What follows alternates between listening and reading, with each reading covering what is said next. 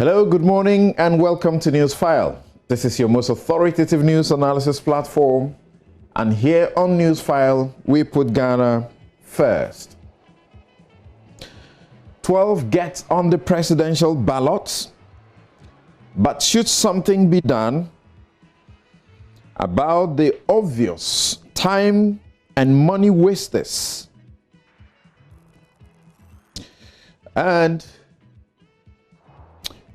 5 of them get disqualified. Will anything be done about the allegations of fraud against them?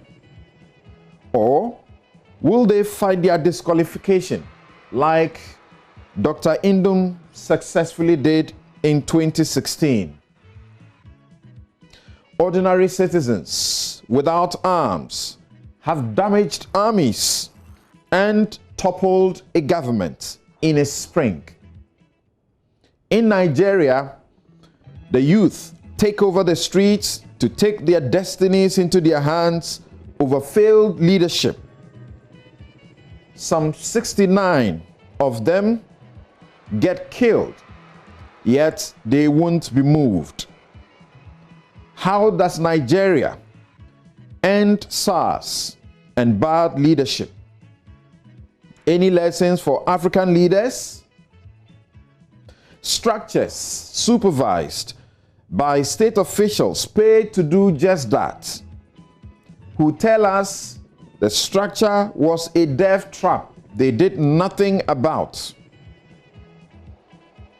has collapsed on churchgoers, killing 22 of them so far.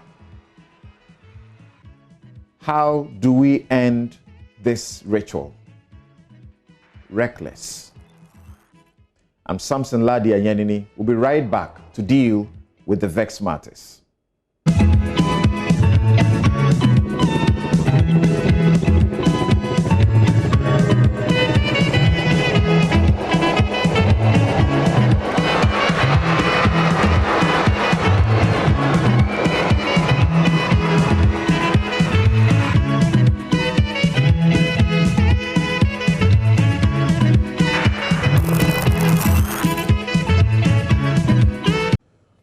You're welcome back, my legal light. And I title it RTI Commission, Serve the Law, Serve Citizens. This week, President Akufo-Addo inaugurated the RTI Commission. The 7-member commission was expected before the law came into effect at the start of 2020. The first draft bill was done far back in 1999. Under the auspices of the IEA. So it had taken 2 decades of active campaign to get it passed into law in March 2019. Though it was assented to by the President in May 2019, its implementation was strangely postponed to 2020.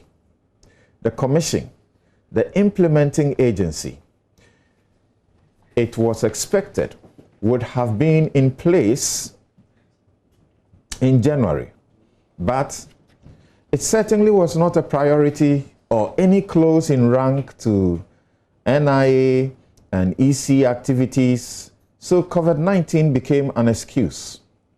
Citizens were told they could go ahead to request information using the RTI Act 989. They did and encountered shameful excuses from public institutions and officials who still think information generated with public funds is their private property. All those I know who requested information clearly not exempt under the law were directly or indirectly not granted access. A representative of the people in Parliament was even denied basic election procurement information. He resorted to the court to compel the production of the documents he sought. He was bound by the law to have resorted to this commission, where he would not have spent a dime and didn't have to hire a lawyer. The law springs from a human rights and constitutional imperative, and it is the truest expression of participatory democracy. It serves public office holders very well by removing the era of speculation and unnecessary hurt to reputations because of secrecy and reluctance to disclose information in the public interest. Upon being refused, they were to seek internal review before resorting to the Commission, if need be. But the heads of institution mandated to deal with a review application participated in denying the applicants access. Question now is, how long will it take for the Commission to get offices, staff, and budget to start its critical job? It may want to get an LI to further detail the RTI processes. It has to publish guidelines to assist all public institutions to also publish manuals mandated by the law to help the public on how to access information from them. It will promote and monitor implementation of the law, receive appeals, and compel access to information to those unjustly denied information requested. The law says it is an independent commission of experts doing a full-time RTI work, prohibited from any other work for profit, and also prohibited from partisan political activities. It is granted special powers of the High Court to effectively serve its purpose. A warm welcome to the Commission and its Executive Secretary, Yao Sapong Boating, my mate and colleague at the law. Please be reminded, and I mean the Commission, that your loyalty is to the law and the people. The law's purpose and role for the Commission, which is to, quote, promote, monitor, protect, and enforce the right to information that is granted to a person under the law, unquote. Citizens have been disappointed and lost faith in bodies set up to serve their interests that have gone astray and turned against them to rather prioritize protection of the parochial interest of political parties and appointees. So that's it. That's your legal light. I start a series on the do's and don'ts on election day next week. Thank you. Now let's get to meet my guests for this morning's discussions. And my guests are here in the studio, Dr. Kobi Mensah, who is Senior Lecturer and Political Marketing Expert with the University of Ghana Business School. Doc, good morning and welcome to NewsFile. Thank you. Good morning. Thanks for having me. Great. There are people who have a particular expectation and can't wait to hear your inputs on the show this morning. True, yeah. Also here in the studio is Abdul Malik Kukubako, Editor-in-Chief of the New Crusading Guide newspaper and our regular panelist. Senior, morning and welcome. Morning, and I'm one of those anxiously waiting. Great. Thank you, sir. I'm grateful. I heard him earlier. Right. It was fantastic. Right. Thank you, I sir. want to learn more from you. Please, Great. I'm grateful. Thanks. Joining us via Zoom are Dr. Emmanuel de Graaf Johnson, Owusu Ansa, Department of Statistics and Actuarial Science, KNUST. Doc, thanks once again for making the time. Good morning, Samson, and good morning to my co-panelists. Great. Your Zoom reception is very clear. Also joining us via Zoom is the managing editor of the Daily Dispatch newspaper, the only known certified pollster in Ghana, Ben Epson. All right. So Ben Epson will join us when we begin the discussion on the 12 qualified presidential candidates and the 5 aspirants who have been disqualified. So we are asking questions whether or not those who have been disqualified, the state will proceed, as most of them, or almost all of them, have been accused of fraud, whether the state will proceed and deal with the issues of fraud. In 2016, similar things happened Was anybody prosecuted? But if that does not happen, will the candidates or the aspirants, those disqualified, also decide to challenge their disqualification like some did in 2016, especially Dr. Papakwesi Ndum, who won in the High Court, and through a challenge to his victory in the Supreme Court opened the floodgates for all those that were disqualified to be given the opportunity to complete their processes and have a second bite at the cherry. But there are deeper issues also to deal with the questions. What are the implications of the disqualifications for them, those disqualified, and the 12th on the ballot? Can Ghana afford having such numbers on the ballot? There are many who say there are clowns on that, and they are very unserious people who are wasting everybody's time and the state's money. We ought to get rid of them so that they don't get onto the ballot and waste everybody's time and get to wasted ballots, spoiled ballots, and so on. Are those fair commentary, and how should that be dealt with? So we'll deal with all of that.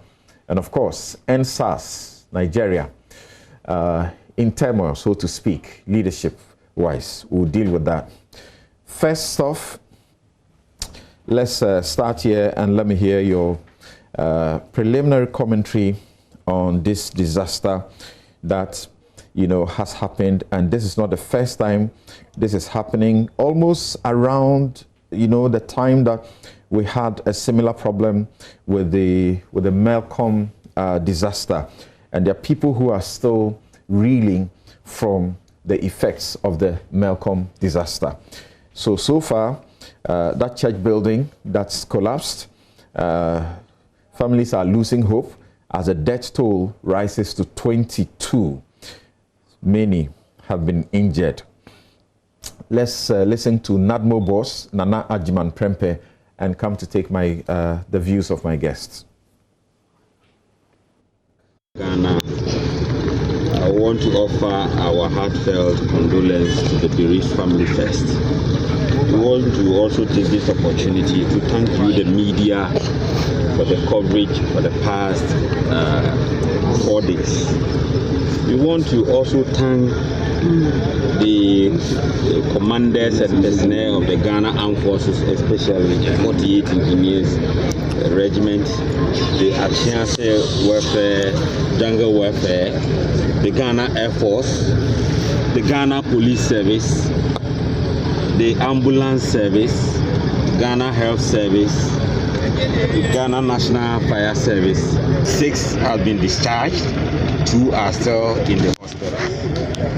We were also able to retrieve 22 bodies dead.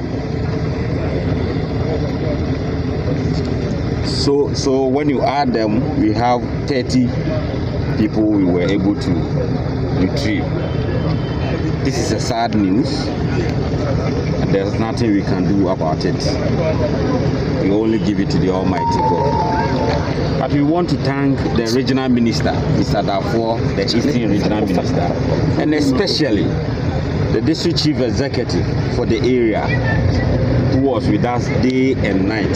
But we want to say a big thank you to him for his support. And want to assure him that NADMO will coordinate all the agencies, relevant agencies, to support his call for investigations so that all the culprits will be brought to book, be punished. So we want to assure him that we are going to give him all the necessary.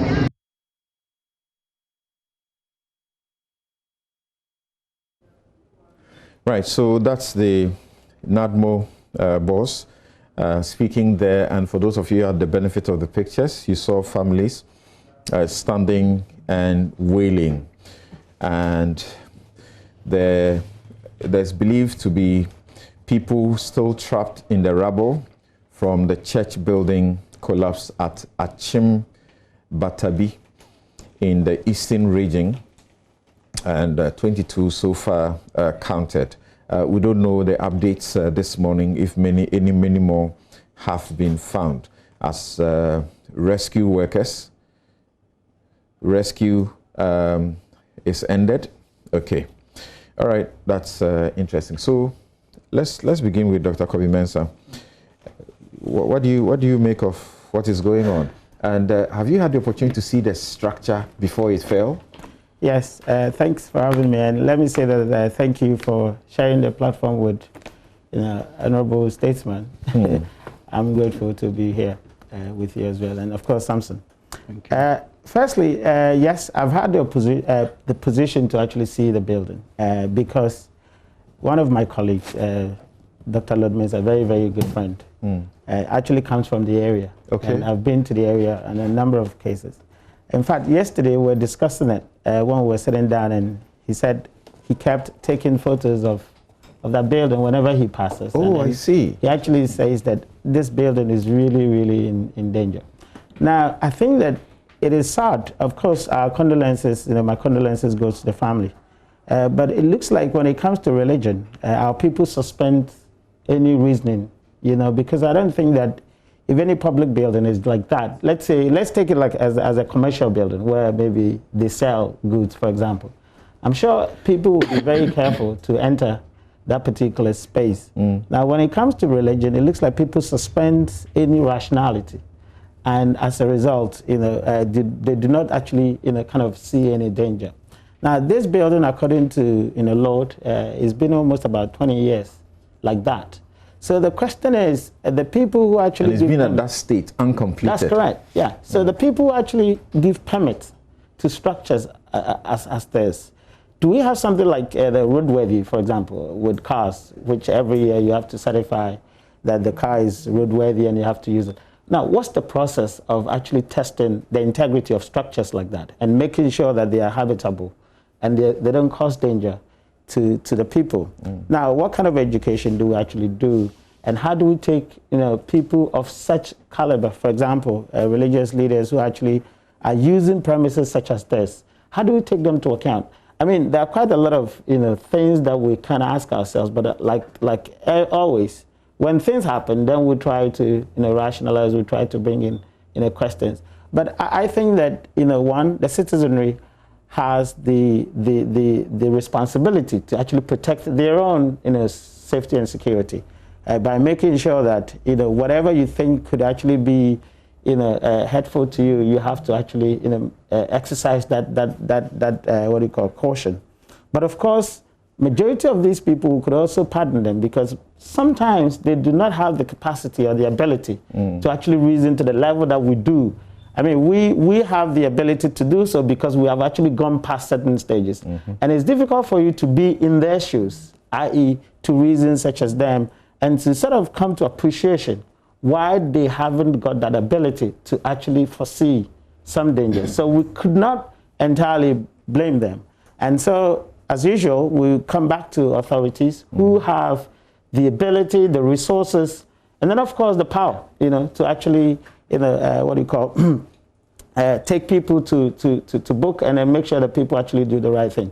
So for me, I think that our, authorities, whichever, authority responsible for seeing to the structural integrity of such places must be really questioned. Why they have actually left this particular property to be there for 20 years, counting, without necessarily seeing it to its conclusion or making sure that its structural integrity. I mean, even the religious leaders themselves, I would ask, their homes that they live in, what's the position of their homes? And it looks like what belongs to somebody wants to make sure that it's the right one, but what belongs to society, they just, I think it's really sad because I don't think that if their house was in such a bad shape, they really want to occupy it. Yet you would want ordinary people of other families to come and inhabit, a building like that. Right. And in the end, look at what is happening. I think it's really sad. So where do we bring regulation in here?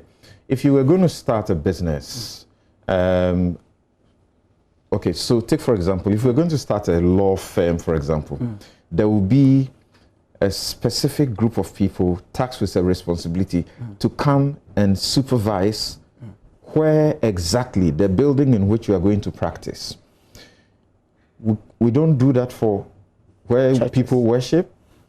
And this building too has been uncompleted for these many years, and it has been seen, and as the authorities say, they knew it was a death trap. Yeah. I think we have two ways of regulation. Sometimes industries actually do self-regulation. So you find that in certain spaces, like the telcos, for example, you know, although the NCA is there, but they have self-censorship. So through their what they call these days they call it what do you call? I've forgotten the name now, but I'll come to that. Now they do self-censorship to make sure the members, you know, take certain key steps to protect stakeholders. Now, obviously, we have the regulator from the state itself also, you know, taking measures. Within the circle of religion, you hardly find, and I've heard quite a number of times, the associations, let's say the Pentecostal groups, you know, try to sound caution, and those who are so-called independent, you know, sort of rebuff them. I mean, we've had in the media, we've had certain kind of exchanges. You know, and I would think that perhaps the Pentecostal groups, you know, and those kind of associations would take measures, for example, to make sure that they can actually get their people to toe a line that is actually responsible and that is actually expected of them, including monitoring whether places of, you know, religious worship are actually conducive and actually right for people to be in there. But it's not happening, and of course. So the onus will then come back to, you know, the state institutions that are responsible to see to some of these things. So I think that, yes, we always say when things happen, it should be a wake-up call. So it's become a cliche. Right. But I feel that, in fact, we should really start, you know, giving, you know, these. I don't think the NADMO boss should actually end it here. They probably want to set up some what do you call inspectorate to go around, you know, and make sure that they can actually. And forgive me, I laugh at that because, you know, these happen, and then we get, you know, committees, and sometimes we have even gotten international help to look into them. But the question is, when the reports are submitted, do we ever take any lessons from them? In 2013, Akwesi Sapong of the BBC did this documentary about Ghana's unfinished buildings, and took us through, even within the capital city, buildings that you and I know have been sitting here for so many years uncompleted. And this one has been almost 30 years, 28 years we are told. Kuku, what are your comments? Aren't you tired discussing these things, recycling them? I was going to tell myself, what else should you add to what Doc has said? It's fatigue. We've sat on this very table and done discussions over and over again, you know. And it's really difficult because I think we could do better as a nation. I was quite intrigued when you began by asking if Doc had seen the structure. I saw it for the first time Thursday on Good Morning Ghana. I couldn't believe it. Yeah. And I was wondering why any human being, and may I be excused, because you can't be offensive too and insensitive in the context in which I'm making my point. But I couldn't believe that any sensible, rational, and Doc talked about rationality, would actually enter that facility consistently to go and pray and do all sorts of things. I just couldn't believe it. Look, visually, scary. I wouldn't enter there for even a second. So again, perhaps our own mindset. Yes, I know religion. You know, Karl Marx once said it was an opium of the masses. Sometimes it's very true. So blinded. But how could that building standing there then be a facility for anybody to want to visit, and what is more, to go and pray in there? It's incredible. I couldn't believe it, honestly. Even as it was standing there, you could see it falling. Yeah. Yeah. And human beings still... And like you said, Dr. Lloyd Amwa, patriot, who has been capturing it over and again and posting it, nobody pays attention. Incredible. You know, so having expressed this view, I come back. We can't continue standing still. We cannot continue saying systemic failure, institutional inertia. You know, we are paying people. We've set up structures, Doc. Yeah. We've set up structures. We have legislation. Local government, you check the local government law, you see all those things there. The MMDAs are supposed to be responsible for some of these things.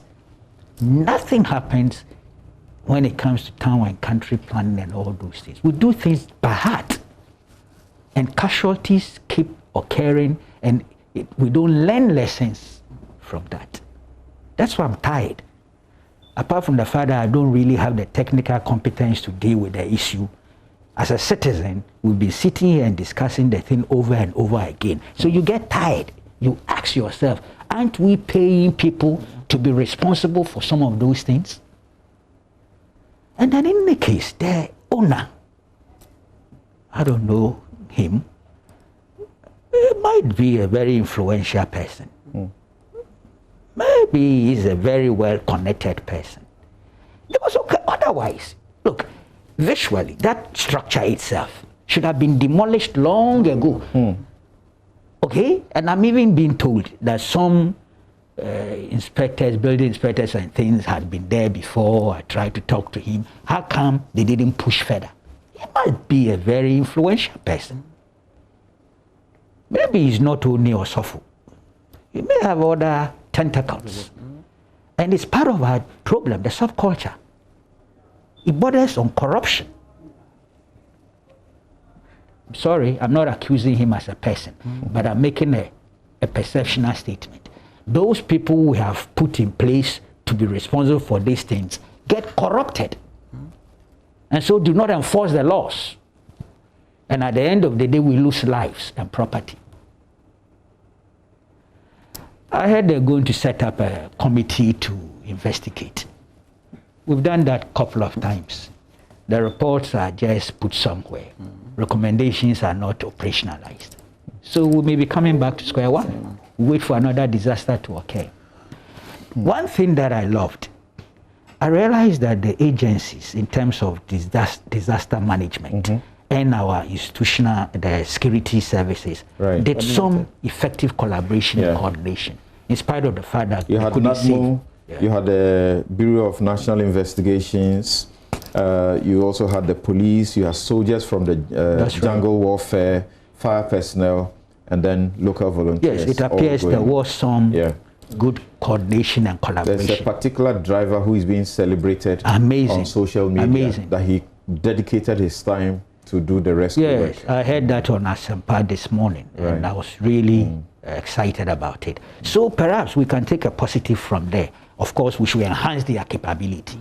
No, I don't know if we have the appropriate logistics, technology, and all those things. There was one that we had to get people from Israel to come and help us. I think it was the Malcolm one. It was Malcolm. So perhaps we need to improve their logistical and technical capacity. But otherwise, look, there is more waiting out there to happen.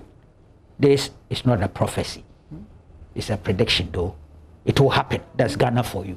In the Malcolm disaster, there were those who lost their livelihoods, lost their complete, business that were also affected. And as we speak, some of them are still in court. Since then, still in court fighting. Let's hear Dr. Usansa. What will you say about this? And from where you work, how does this come to you? And what do you think we can do?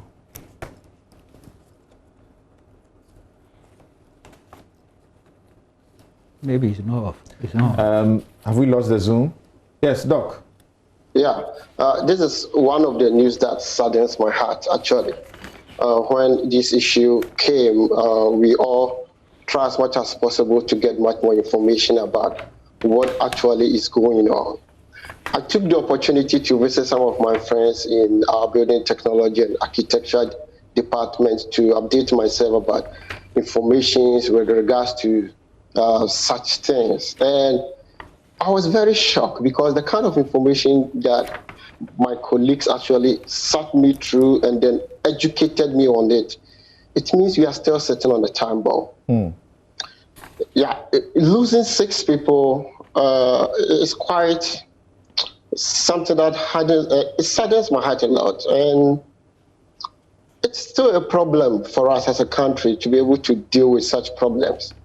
Let me tell you some of the things that I learned from my colleagues. They actually informed me that in certain structures like that, there should be some certification that should be given, because different types of buildings are supposed to be used for different purposes.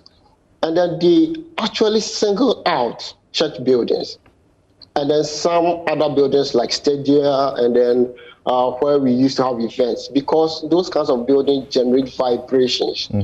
So in order for buildings to be used for such purposes, they are supposed to be built in accordance with the standard that will make sure that they can absorb the shocks that these kinds of vibrations generate. But sadly enough, if they show me an example, even right here in Kumasi, in a dome, where certain structures that were built specifically for shops, the tops have been converted into church services.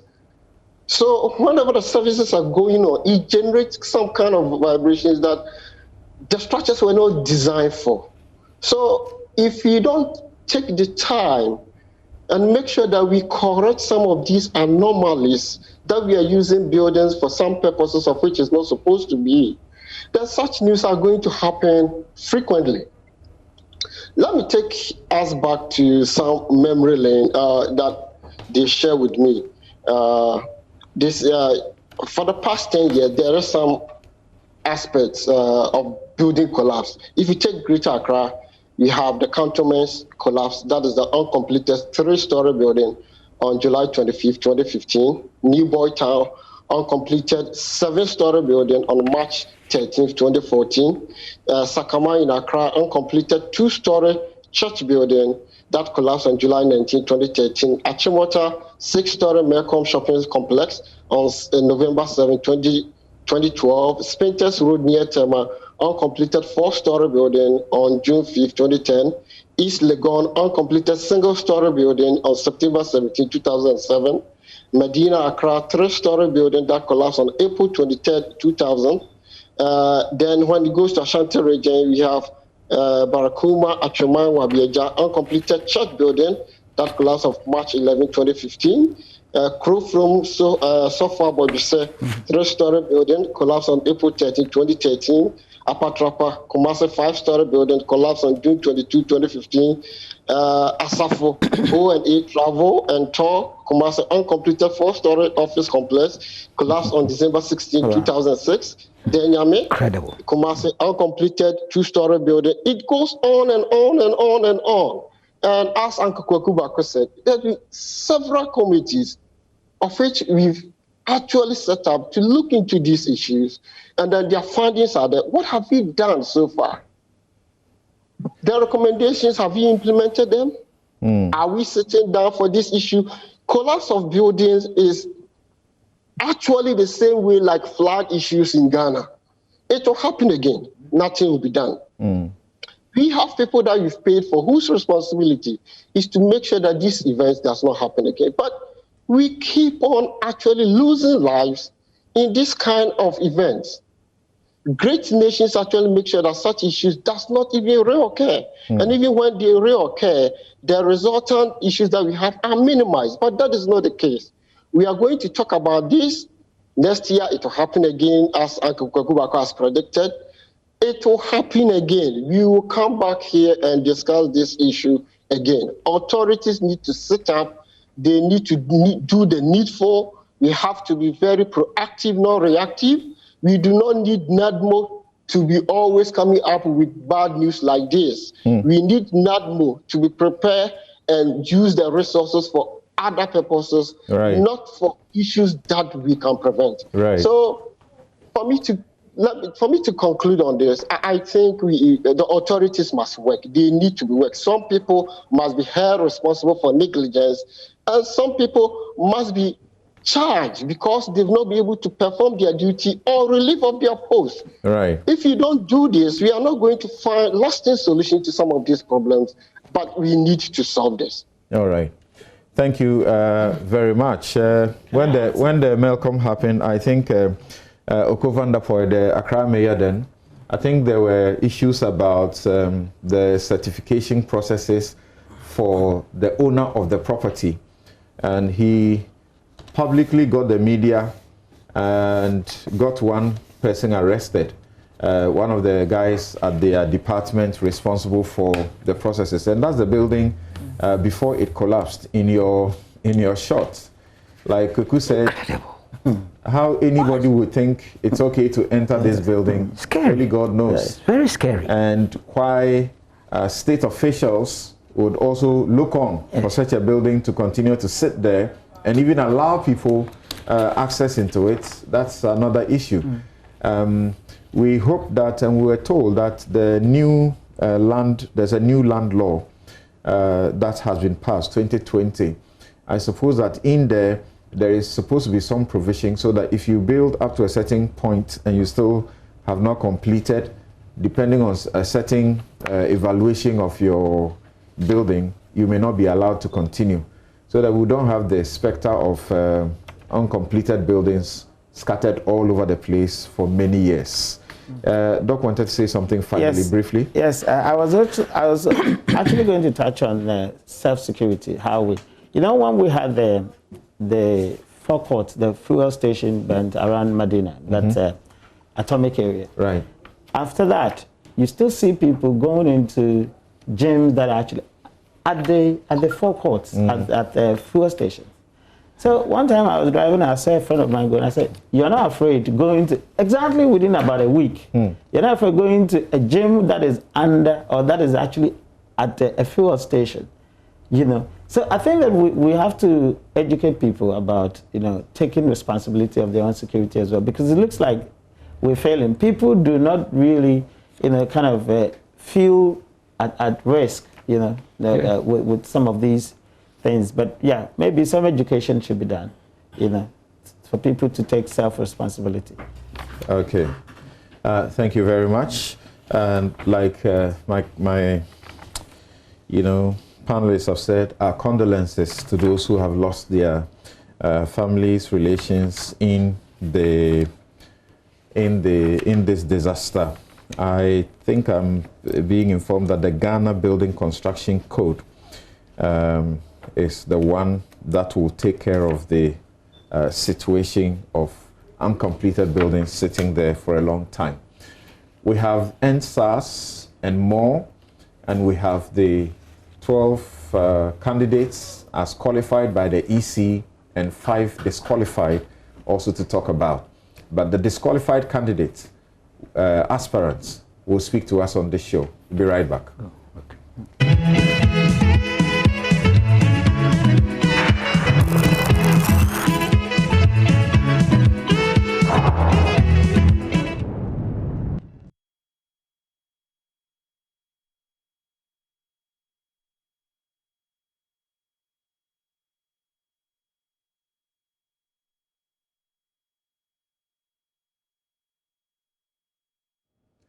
You're welcome back. This is NewsFile, the most authoritative news analysis platform. And here on NewsFile, we put Ghana first.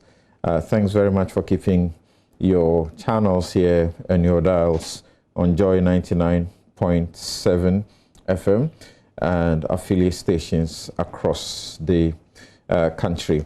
My guest, Dr. Kobe Mensah, Dr. Emmanuel DeGraff Johnson, Owusu Ansah, and Abdul Malik Bako. Now, let's get to Nigeria and look at the disturbing situation there in that country. The people, particularly the youth, decided that it was time they had had enough of the nation's special anti-robbery squad known as SARS. It was set up to fight robbery, but it had become synonymous. It had become synonymous with everything, wrong that you could talk about in that country. And so they have decided to rise up against it. And the results is what we are seeing. People have been shocked how a police unit established to combat armed robbery became synonymous with unlawful killings, torture, and extortion. But it does appear that they want more, because after days of protest, the SARS was disbanded, and yet they decided to continue to remain on the streets. It's supposed to be a leaderless group, and they are asking for a number of things. What I found interesting was that a good number of them had Ghana as their ideal, and they were comparing circumstances in their country with Ghana, particularly electricity. So let's listen to this, and then we'll return to look at this question. To our neighbors in particular, and members of the international community, many of whom have expressed concern about the ongoing development in Nigeria, we thank you and urge you all to seek to know all the facts available before taking a position or rushing to judgment and making hasty pronouncements.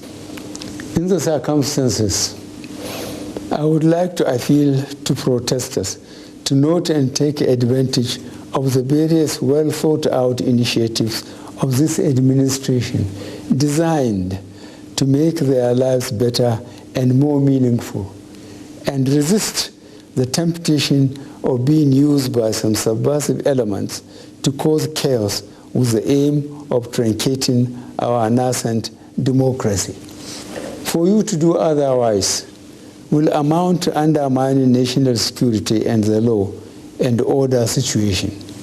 Under no circumstances will this be tolerated. So Buhari still speaking tough, and it took a long time before he spoke. The people insisted that his voice had to be heard, and he wasn't coming out.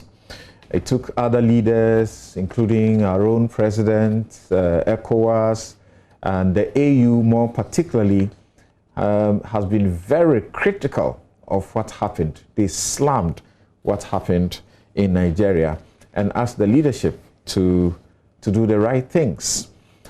Because, as you know, the state is now admitting, the federal state, as it were, federation is now admitting that as many as 69 people have been killed. Initially, there were disputes about the numbers. Right. Kweku, what do you see?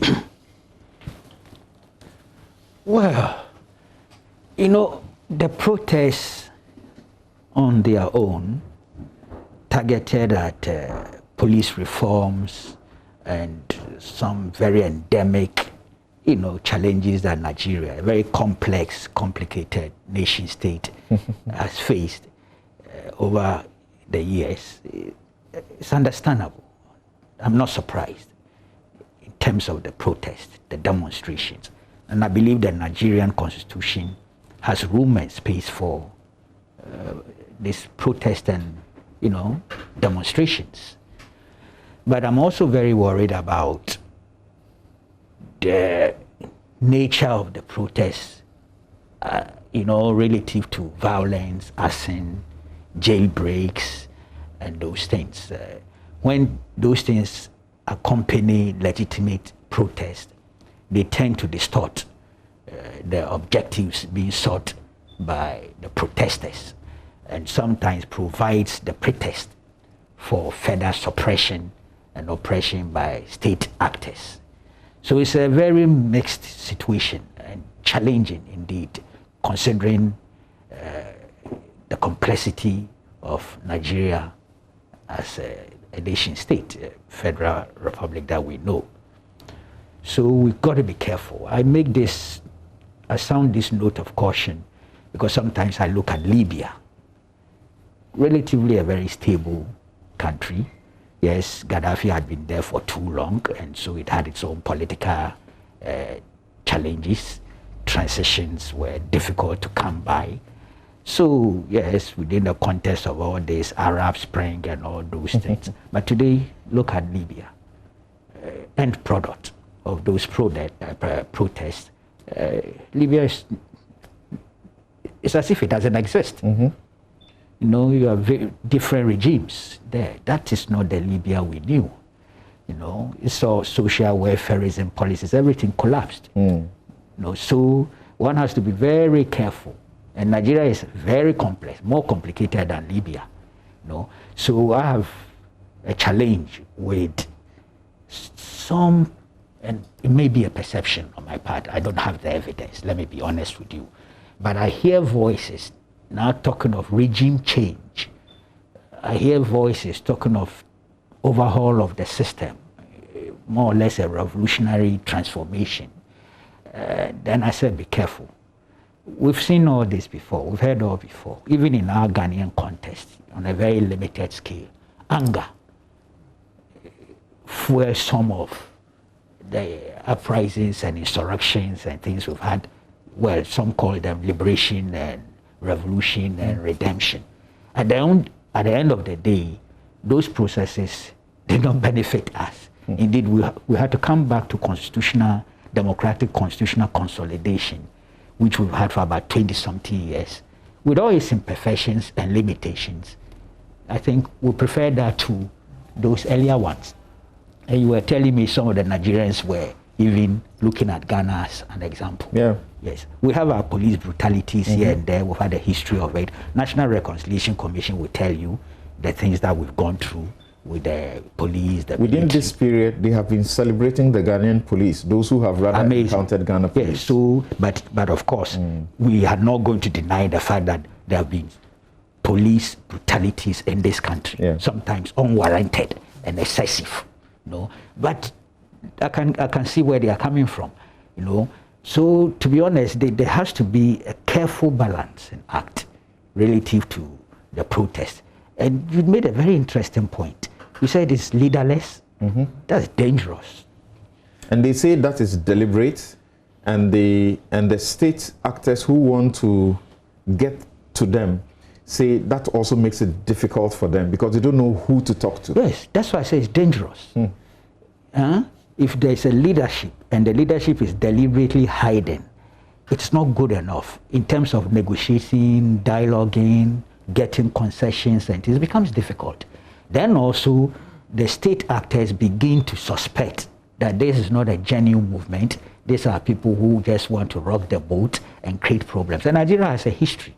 Apart from the Civil War, they still have some contemporary security challenges. Boko Haram and all those things are there. It's a very explosive mix that if you unleash, the whole West Coast, if not the whole continent, may come to its knees. Because, look, Ghana, as you are saying, may be the preferable zone for relocation by most of refugees and people running away from there. So I think that internally, the Nigerian government must refocus. In spite of all the challenges, in spite of all the excessive actions by the protesters, the regime, the government must understand that, look, there's an endemic challenge. This protest has not come out of a vacuum. If you take just the police brutalities, look, Amnesty International is a very credible organization, and they've catalogued things that have gone on since this group was formed, I think 1992 or so. You know, and it was formed in a very legitimate way, response to the rising armed robbery and all that. But to engage in extrajudicial executions, it's mind-boggling. And they are a constitutional country now, okay? I think the last time was 1999. Nigeria moved away from military rule, you know. But post-military rule, it appears these SARS have been misconducting themselves. So the reality is the government should focus and say, look here, we did have a genuine problem. Right. That's how you should the government start. admitted that. After a period of the protests, the government admitted and straight away disbanded SARS. Good. But the PS, they quickly then set up another group, SWAT of some sort. The time frame within which they did that can create problems in terms of perceptions and confidence as to whether you are not only recycling the same personnel. You know, you got to be very tactful and tactical in how you handle some of these cases. And then prosecutions. apparently a lot of Amnesty International reports, sometimes they point to particular soldiers, policemen, or their superiors who could be held responsible for those atrocities and excesses. Right.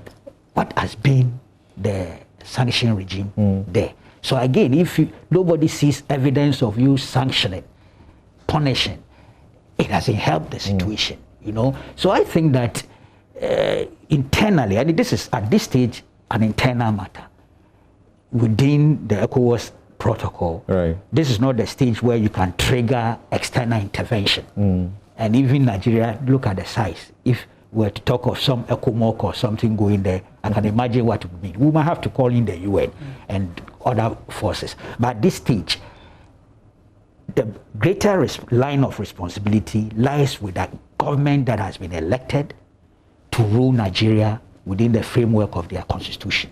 So I put the greater burden on them. Some concessions, not just the dissolution, some concessions in addition to that, and then compensation. You know, people have died. Admit, initially they were saying nobody had died, but you are now saying they have admitted. Yeah. Fine, they have families. You know, do certain things. Sometimes may be symbolic in the initial stages, but it helps to restore confidence. It creates a critical mass of endorsement of the initiatives that administration is taking. This is the context. I think there is the ECOWAS angle which we'll come to subsequently. But I was trying to look at Nigeria within its internal remit of the administration in office now. Right.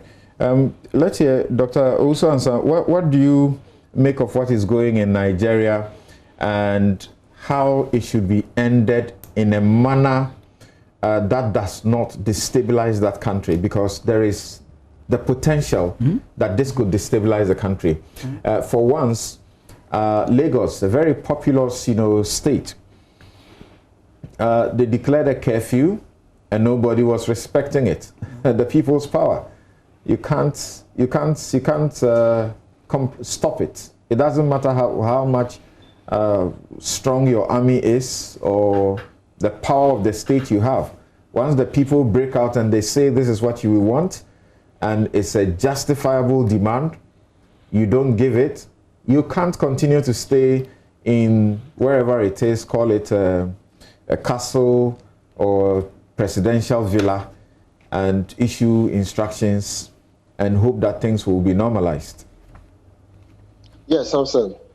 It's quite unfortunate that what is going on in Nigeria. There's no doubt that if Nigeria becomes instability happens in Nigeria, Ghana will suffer most. There's no doubt to that. But one thing that we should know, that this one goes through the whole of this African continent. Our leaders does not understand the new generation. Our leaders try to solve problems that are in the 21st century with the 20th century protocols. It doesn't work that way. You've made mention that this group is leaderless, but this group do have demands, 5-point demands. Who put up the demands? So there is a leader. Yeah, so they got, you know how they've been working. They got celebrities and stuff, who will take some of these demands and take it to police commanders and so on. We've seen some of these before. The way the new generation use social media to generate content, to mobilize, to coordinate, execute their purpose, it's something that you cannot use 20th century protocols to solve. You must be up to date. In crisis communication in the 21st century, it is not proper to be quiet. The president has to speak. The president has to come out and make some form of proclamation to calm the nerves of the Nigerian youth. But you just heard what he had to say. You heard what he had to say. He's talking tough. Yes, and I will come to that. I will come to that, and I'll point specifically to some of the issues that he actually said that doesn't sit well with this generation. Now, let's look at the demands. He said the disbanding of SARS, that is the first step. Then when you come down, he says that the demand also includes immediate release of all arrested protesters, justice for all deceased victims of brutality, and appropriate compensation for their families.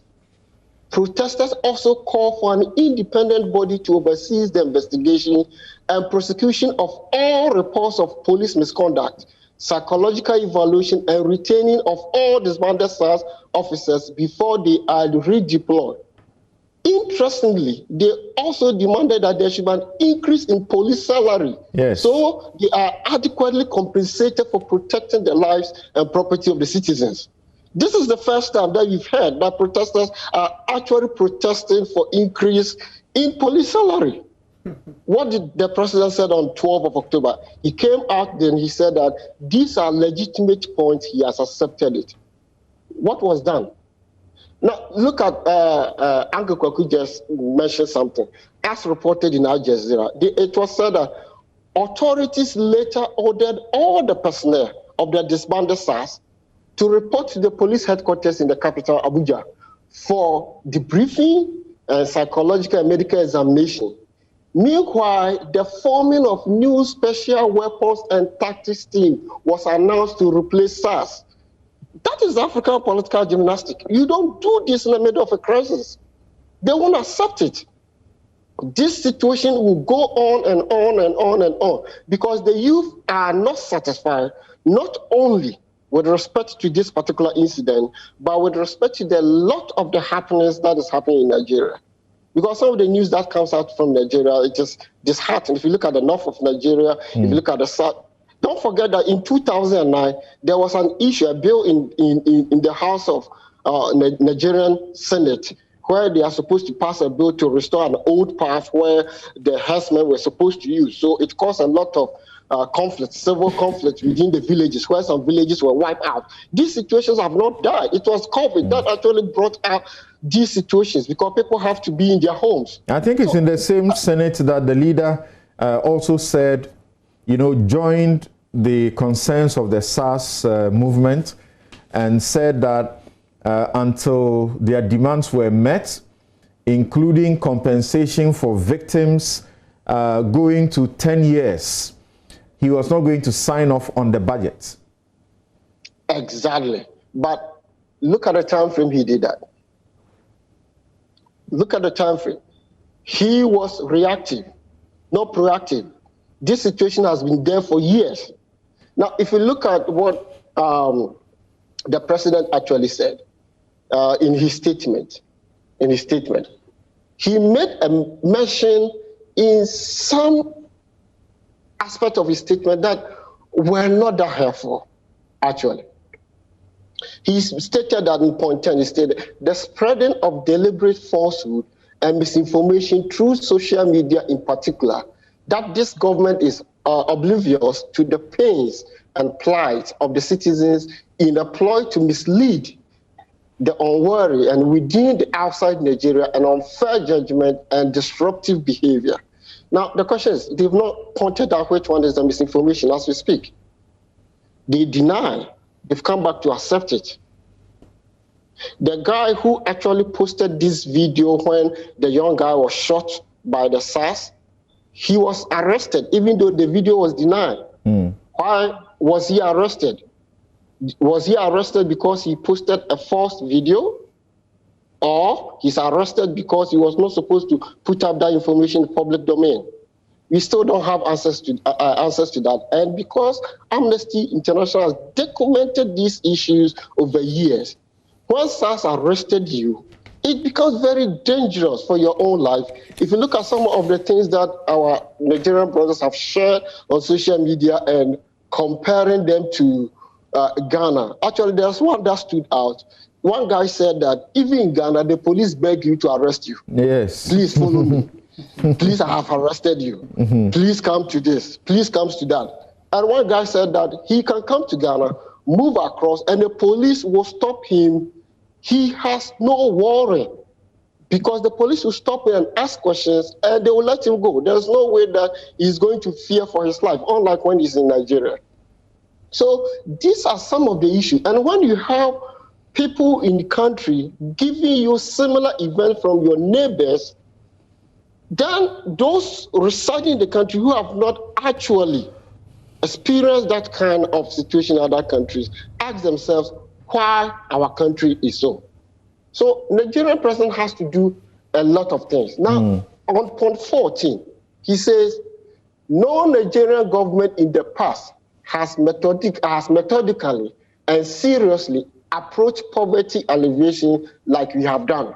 A typical African president. A problem currently in the problem, you are comparing it to the past governments. It shouldn't be so.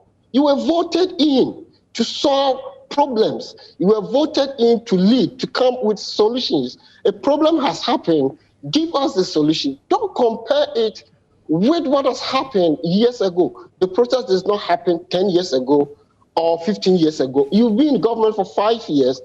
Give solutions. Don't compare. If you put in this kind of comparison, then you bring in politicization. The other side will come up with some kind of, and then they will be putting the undertone. Because the demands were legitimate, but what do we see now? Now the demands have moved from normal social issues into political issues, where some have been calling for some governors to get out of their positions and so on and so forth. Then on point 15, he said, with regard to welfare of police personnel, the National Salaries, Income and Wages Commission has been directed to expedite action on the finalization of the new salary structure of members of the Nigerian police force. That means this thing is there already, but they've not implemented it. You have to be proactive. You don't need to direct, because this statement means that this particular issue is there. You have to increase the salaries of the police. You've actually made it. Go ahead and implement it. Then later on, he talks about the welfare, the youth development, the jobs, the avenues that his government is creating for the youth to be able to get jobs. The problem, especially this West African sub-region that we are, jobs, youth development, should be the focus of every government. Because the youth that we are coming, they need more avenue, they need to explore. So we have to be given the opportunity. Jobs is supposed to be the core mandate of the government to provide income for the people. Social development should be put so that the people, the youth, can take advantage of this development to enrich themselves and become somebody in future. Right. You were earlier talking about present leaders in Africa, some of them using, centuries-old approach to resolving developing issues. Emile Sean wrote an article and made a reference to what happened here in Ghana in 2016. And he says, for example, that in Ghana, we saw how social media brought people together into the Occupy Ghana movement. That was the Occupy Flagstaff House. Without arms, they succeeded in obtaining redress for a number of issues. We are particularly blessed in Ghana that these pockets of protest have not escalated into bloody scenes. Occupy Ghana has, for example, resorted to brain and legal power, using the legal brains of their own members, and with their own financial contributions, they went to court to obtain a ruling that compelled the Mahama government to take action in the case of the bus branding matter. Of course, Citizen Ghana movement also were in the lead in that respect. What do you say? There are some who say that things like this are expected within the region if leaders don't have a certain new response. And that, Occupy Ghana was not really that peaceful. It almost ended, on a bad note because of the way the police decided to do things. Some of us were out there. We saw how they brought the armored cars. They were, throwing water unnecessarily and preventing people from getting to the Flagstaff House then, among others. Of course, eventually, the people had opportunity to speak to the leaders. Should we be talking about the fact that these are signs that the youth in their very ordinary form will rise if they find misrule, and particularly if the question of jobs, decent jobs, are not addressed. Exactly, that's the point. That's actually the point.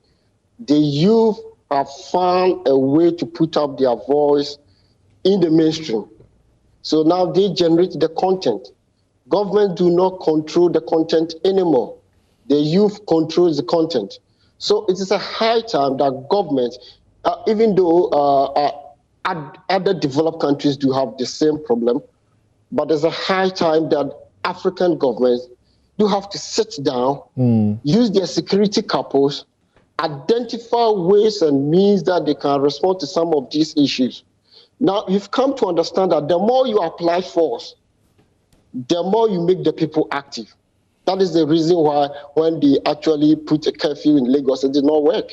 Because wherever you put a curfew now in the 21st century, it's not going to work. Okay. Unless it has nothing to do with violence. If it has nothing to do with violence and has something to do with protections, such as the case of the COVID era, then it will work to a certain extent. But when the people are peeved and they are giving or they are pouring out their issues, sending armed men to meet them is not a good option. Okay. We should not. We should find a way to deal with this situation. Thank you. So let's hear Dr. Kobe-Mensah. And Emelashon continues his article and said, another resort to the Supreme Court led to the ruling which consolidated the Auditor General's powers to surcharge and disallow expenditure which were contrary to law. So he's making a certain, clear distinction that youth are coming up using their brain power to speak against what is wrong. Then he continues to say, but good fortune may not smile on us every time. Protest movements have a way of exporting themselves. That is why the ruling class in Ghana cannot pretend not to have noticed the signs on the wall. For a while, indeed, even for a long while, they may use their power to get their way in all things, especially fat salaries and allowances. The latest is the issue of bodyguards for MPs, an exercise that will balloon into 800 police bodyguards for MPs, while insecurity threatens ordinary Ghanaians. Remember the protests in Kenya against such fat salaries and allowances for MPs that gave birth to Occupy Playground, Occupy Parliament, and he ends by saying, I cannot predict what the situation will be like when you read this paper today. All I can do now is join the world to pray for wisdom for Buhari and for the wise counsel of fellow ECOWAS heads of state to him. Should we be looking at this in the manner some people are suggesting, that there's a warning? Of course.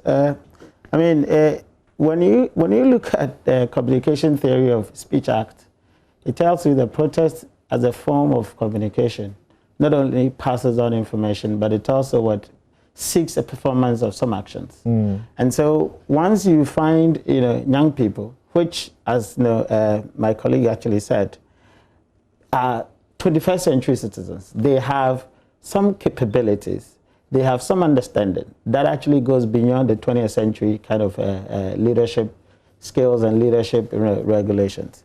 Now, if you do not actually understand that language and start to develop mechanisms that could really arrest those issues head on from the beginning, then of course you have a much greater, I think that I found it strange that the leadership in Nigeria couldn't even foresee that they would make bigger demands.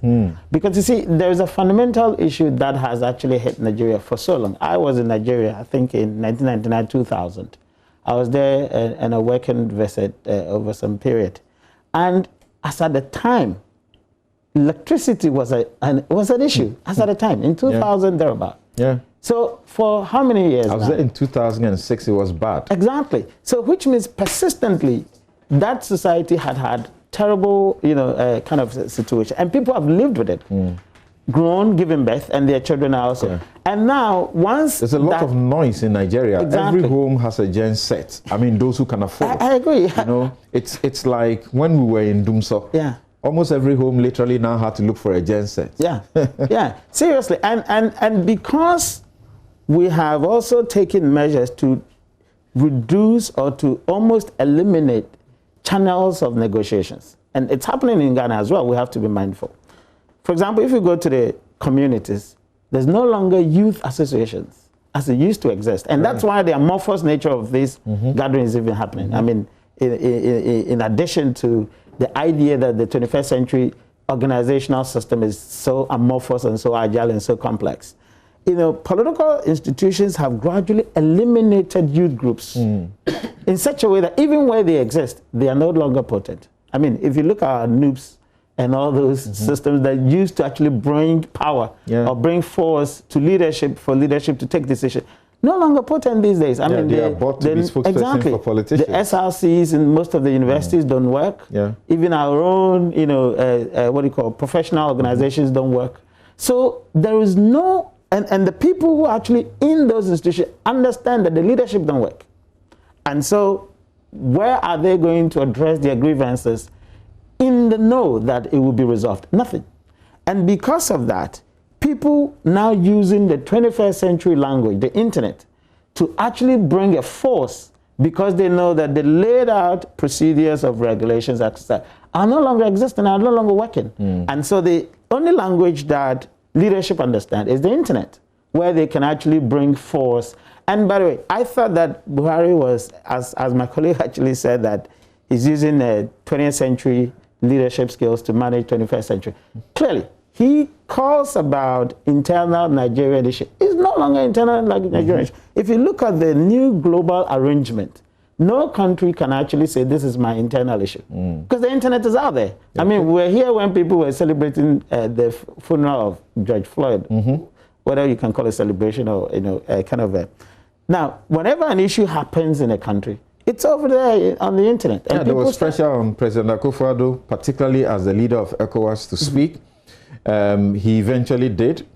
He said that I join all, this was his tweet, I join all well-meaning persons in calling for calm and the use of dialogue in resolving the end-SARS and PASS in Nigeria. I have spoken with President Buhari, who is committed to this end and has begun the process that will lead to reform. Ellen Johnson Sirleaf also tweeted, the right to peaceful protest must be protected.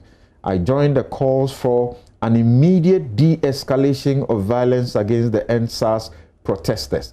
This was categorical in taking sides with the protesters.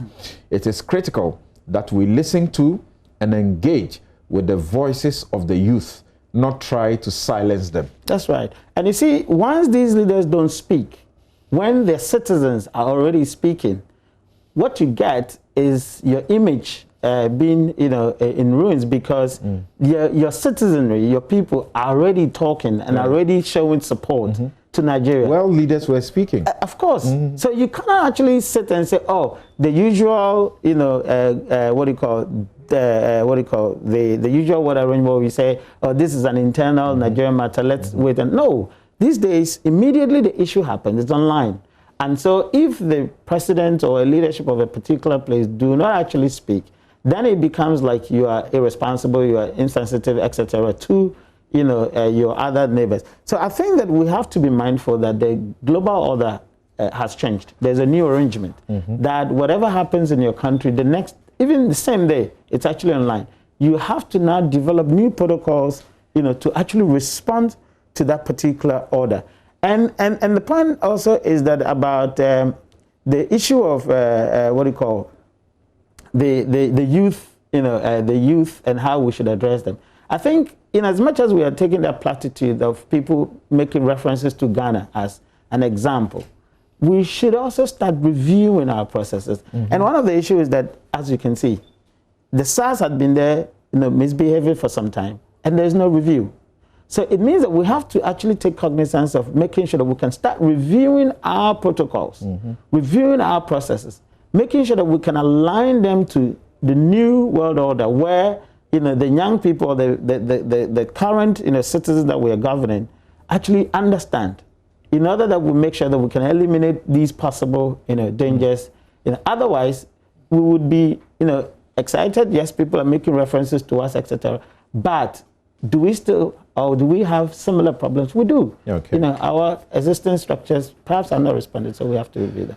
All right, so we should be taking a break here and to return to look at matters home. Unless Kuku has something else to say. The AU Commission chairperson, the chairman, Musa Faki Muhammad, also said, quote, that he strongly condemns the violence that erupted on 20 October during the protests in Lagos that resulted in what happened. And the chairman said he appealed to all political and social actors to reject the use of violence and respect human rights and the rule of law. He also was urging all the parties to what he called privileged dialogue. And in Ghana, somebody has suggested to me that, look, the way the country is polarized, you can't get your youth come together that way. It will be only if one of the bigger parties is going to do something, or you must need the support of one of the bigger parties. And I said, you don't know. If you look at Occupy Flagstaff House, you will remember that it is possible for people to come together for a common cause. And I remember also when we started the campaign against the no campaign against the election of MMDCs, which was going to be made partisan. You can tell that sometimes if people are united, they can get what they want. Bank of Africa is proud to be associated with NewsFile. Bank of Africa strong as a group and close as a partner. MTN everywhere you go. Ashesi University, educating ethical and entrepreneurial leaders for Africa. Duraplast, where Duraplast goes, water flows. Star Assurance, that is your solid partner. We'll take a break here and return to find out if we will have only 12 candidates on the ballot, or it may increase, or that the 5 will face prosecution, or what else will be done going forward. We'll be right back.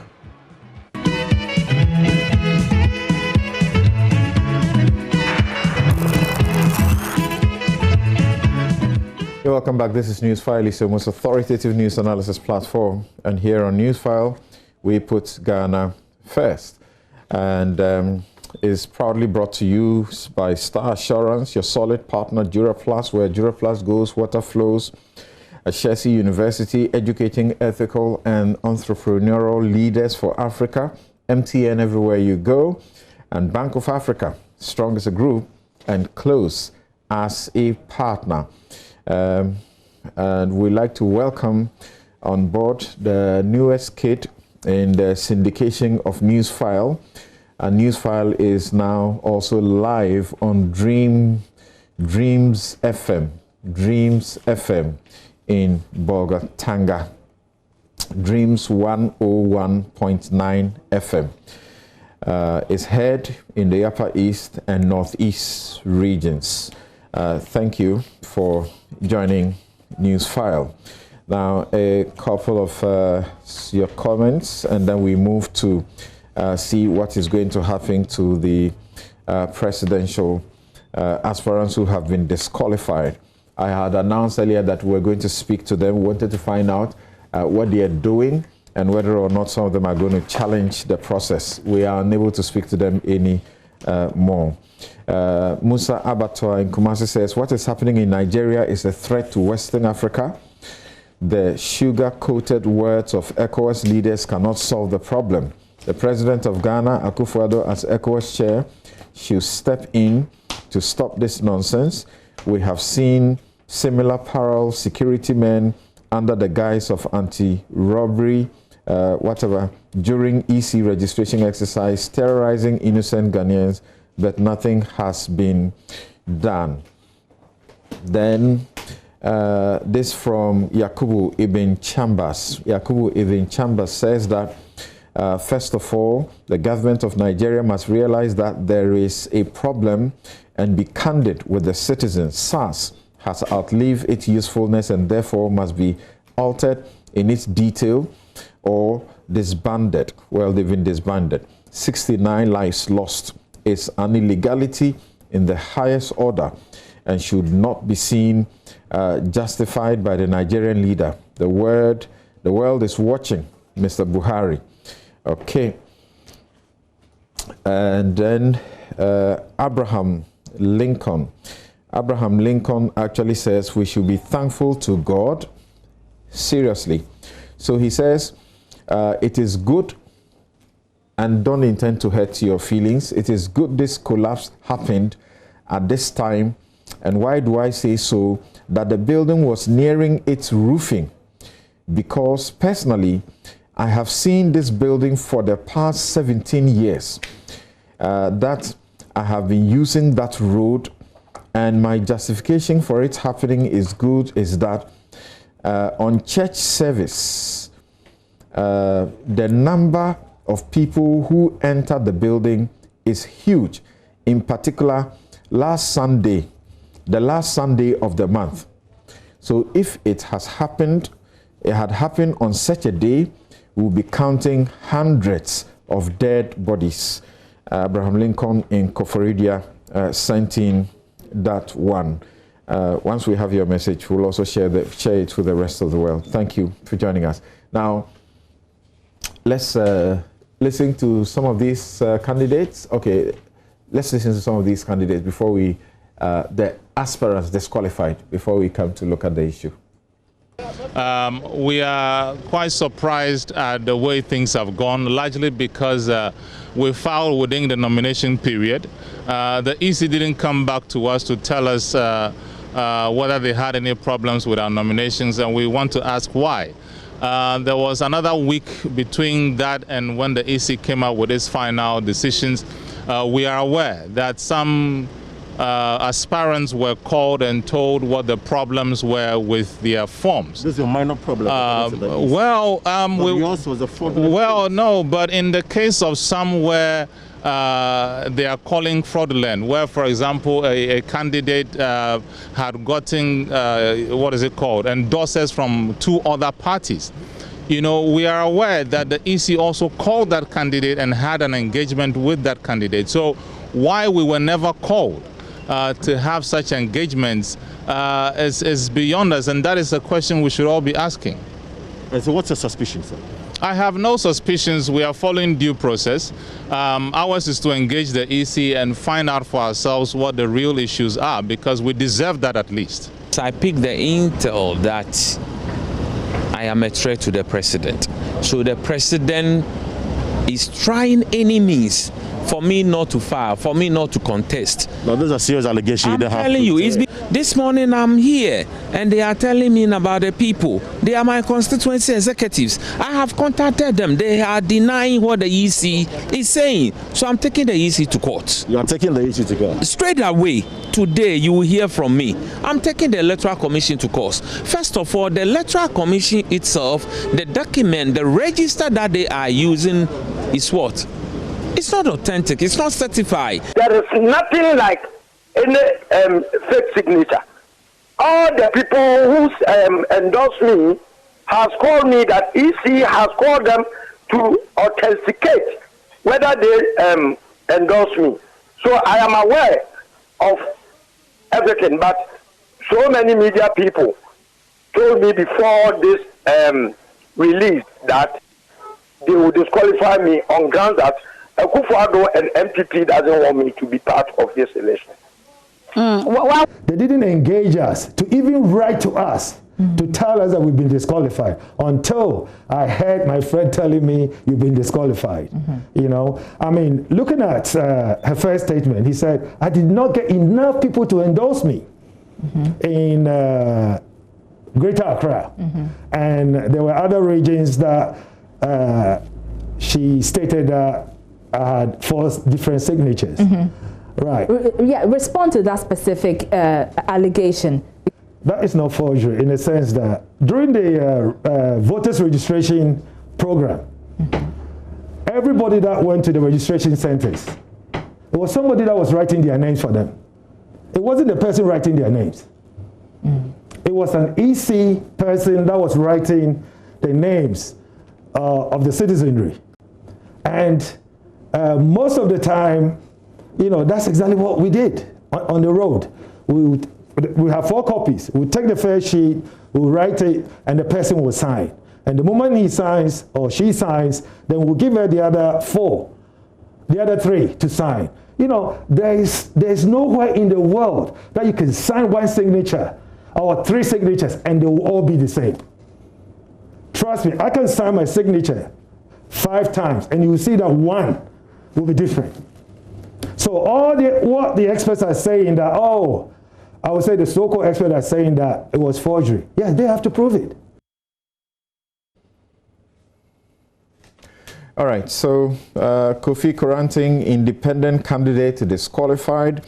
Maverick Kofi Ghani, independent candidate, disqualified. Akwesi Adae Odike, United Progressive Party. You heard him. He said he was a target by the president because he could have beaten the president.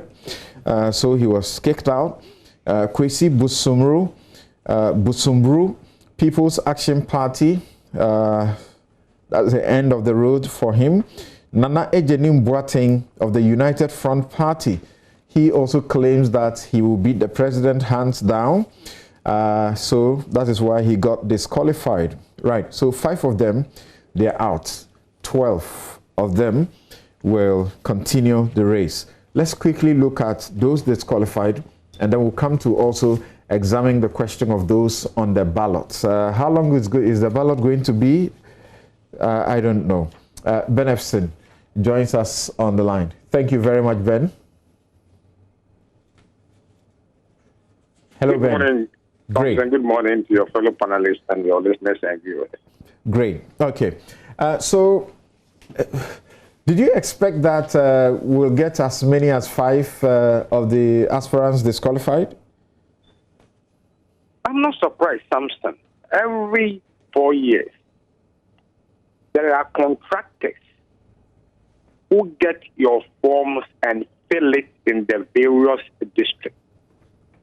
That is why there were overlaps in some of the approval, some of the people who endorsed the forms. Like there was one in which 19 were CPP executives who had endorsed Green Street, and the same people had endorsed another candidate.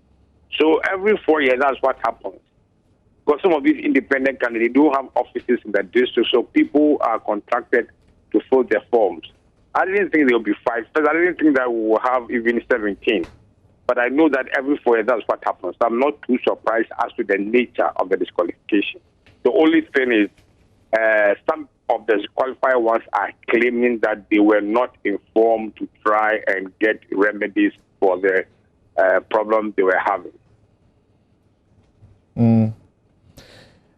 Now, the bigger issue that has been raised is whether or not those who are saying they were not invited or they were not given an opportunity to make corrections should have been given that opportunity once the issues of fraud or crime was detected.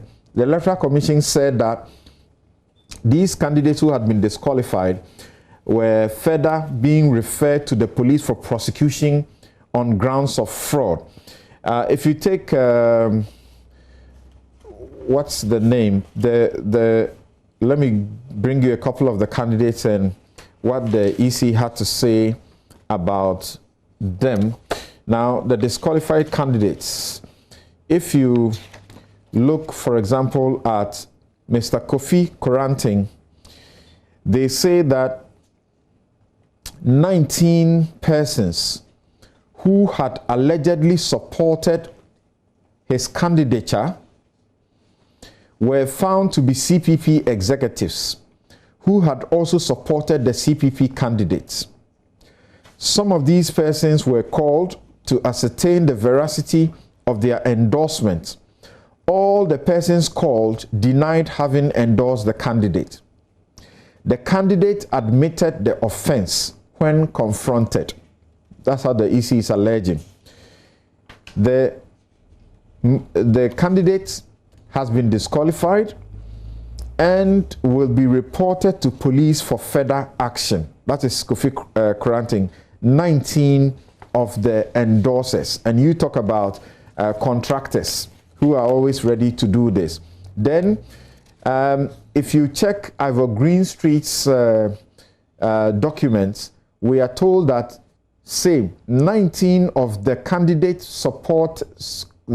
supporters were also on the nomination form of Mr. Kofi Koranteng, an independent candidate, as supporters. The candidate officially wrote to the commission about the issue and presented his party's executive photo album to confirm that the said supporters are CPP executive. Candidate is therefore responsive to the nomination requirement. He was cleared, and of course, he's now on the ballot. Then you look at Mr. Maverick Kofi Ghane. The committee suspected the possibility of fraudulent signatures of some supporters. The handwritings and signatures of different supporters followed the same identical pattern. It was referred to the CID, and the CID confirmed the signatures were forged. So the candidate has been disqualified, will be reported to police for further action.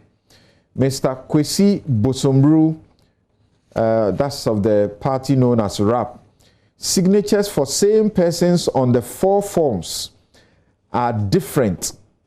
Ashanti, North and Northeast region. Signatures for same persons on the 4 forms are different. How does that happen? You heard him justifying that if he signed his signature for you, about 4 of them, you see one that will be different. So the CID confirmed that the signatures were forged. He was disqualified and is being referred to the police. And the final one, the EC says, that is Nana Ajenim Boateng, whom we are learning may have proceeded to the court and is seeking an injunction against the election process. 3 of the persons who allegedly supported his nomination, and they give their names, have denied endorsing his nomination. The commission referred the matter to CID for further investigation, and CID confirmed that the signatures were forged. So he was disqualified and being referred to police for further action. What does this tell you about the ongoing process? Yeah, something, like if in future, 5 years down the line, you want to be a presidential candidate, I can get you one of the contractors who will go around and get you the signatures and bring it to you. The person can decide that he knows these people will do it. I'm sure this is the first time I believe that the EC has been very rigorous in terms of trying to check, because I'm sure there are softwares for confirming signatures vis-a-vis the original on the voter ID card. So the presidential, those who have been disqualified cannot put their hands to their chest and say that they took the forms round. So the contractors had done a shoddy job on them, but once you have signed the form and submitted it to the EC, I believe that's why they are paying the price for it. Is it possible that some of them were suffering a sabotage? If you have 19 who belong to the CPP endorsing Kofi Koranteng and the same number endorsing Ivor Green Street, does that suggest that a possibility of sabotage? Who did they endorse for first? Who filed first? Does that matter? Those who endorsed Nana Ajenim Boateng, 3 of them, he suffered because of only 3 of them. 3 of them were called, and then they denied that they signed for him. The CID also, investigation suggests those signatures were forged. Could it be sabotage? No, Samson, is those concerns for the CPP people. I believe they had endorsed Grace, and the contractor who was doing the work for that candidate knew that these are executives, they are his friends. What I'm saying, I don't think that I've been following elections for some time. I don't remember that there had been verification of certificates, signatures, and so on. So they usually do it, so he knows these are people, they sign, then they will sign for, because that is the reason why they've been cut out. Because normally they will check if you are registered, and you see that in some of the signatures, those people are not even registered voters. And I'm sure come 2024, people will be a bit more careful if they give you a contractor or they will give some, because there are people who do all these things, like Kofi Ghana has been outside most of the time, doesn't got for the independent candidates, they haven't got the structures, they haven't got office holders to be able to sign for them. So this is a consequence of you signing that you think these things are true, and there's the check, and these are the price. I'm sure maybe if they go to court, I'll be sure one of the legs that they may stand on is that, well, others were given the chance to verify their status in terms of those who signed. But I think that it brings sanity, because you must be, if you're an independent candidate, you must be able to have people who work for you once you are paying them to verify the signatures. Most of them, you'll pick their names, they know there are people who are professional endorsers, so they know this person will do it and they will forge the signature. Those who were called, I'm sure the police will tell them that your name is here, and the contractor may have known these people and may have forged their signatures. Right. So you state again that your position is that the law, the EC's law, allows for alterations or amendments to the form, and the law requires that they should offer them opportunity, as the High Court and the Supreme Court in the Indum case also emphasized, should be offered opportunity for correction. You are saying the correction should only go to the anomalies, as in clerical and administrative errors, and not to questions of crime. You join that view? Yes, I do, Samson. I agree wholly, because correcting it is like the 19 will be incorrect. How did they get on the form? But when you pick a name or somebody and you forge, I don't think that the Supreme Court held that crime in terms of elections, crime should be overlooked. Because forgery, I believe, is a crime. That's right. Forgery can actually get you 10 years and could also get you up to 3 years in jail. Now, the nomination is invalid because of non-compliance with the subscriber and subscription requirements. The same happened in 2016, and the EC told us that these people will be referred to the police. Looking at what we know didn't happen, what are your expectations this time? Well, I think that when they are referred to the police, they will be cautioned, and this will be a lesson that if you decide to seek the highest position in the land, the processes that you go through must be scrutinized by you. You are responsible for illegalities on your form, and I'm sure that when they are cautioned, maybe they write their statement, because I don't think they will own up that, because some of them who are out of the country, they don't have those linkages to know those people. I don't think they will own that ABC did it. But at least it will sanitize the processes moving forward. Something. Yeah, so since the last time, similar detections were made and were promised that to go to the police. And as we know, nobody was reported to the police for anything. What are your expectations this time? Will this EC report these people to the police for any action? Well, I believe that the EC should forward their names. I'm sure the police will invite them. Maybe they will caution them or put them on bond or something. Definitely, the police must speak to them and give them caution once that is, I'm sure 2016 they had done that. I believe that 2020 the people would have been more diligent and they would have been more careful. So at least moving forward, once they write their statement and what happened, it may be cautioned because this is a novelty and so on. So that 2024, when prescription is done, and I'm sure people will be more careful, you want the highest position in the country, you must look at your back well. Okay. So you stay on there. We'll return to you and ask the question about the proliferation of these, people say, mushroom parties. And some have been very blunt that these are some unserious people we have on the ballot.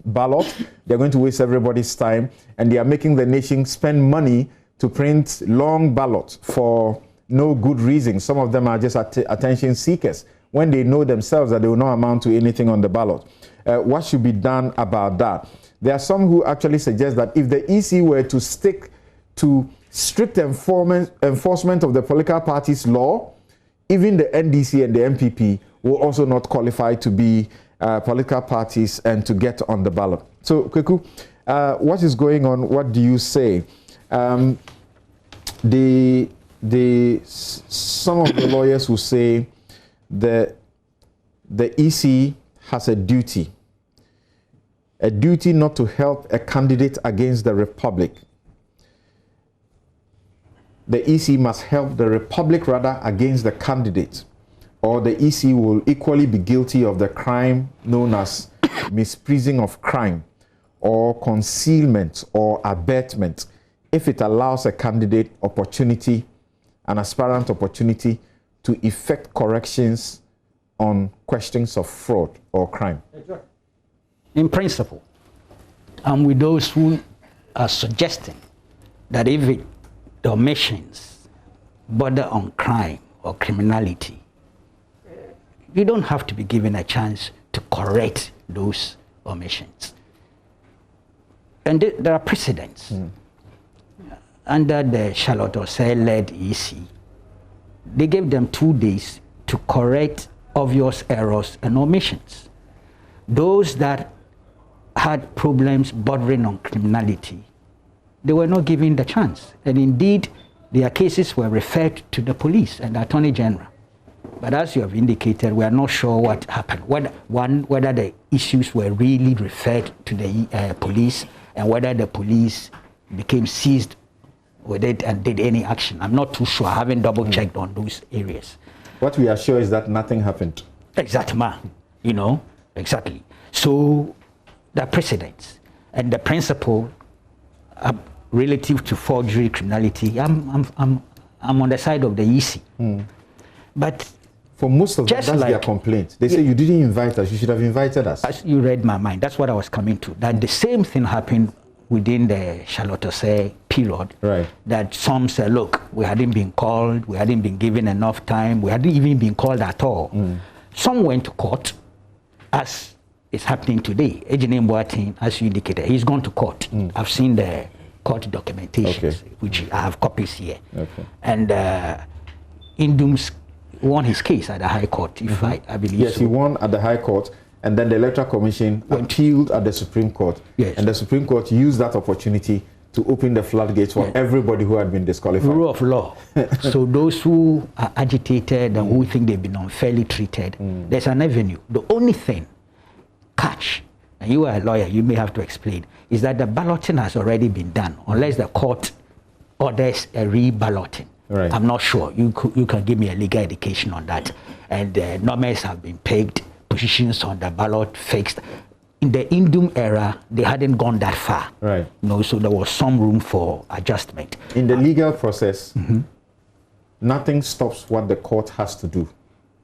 There's no law that says if wrong has been done, because somebody has gone ahead already, there's no opportunity.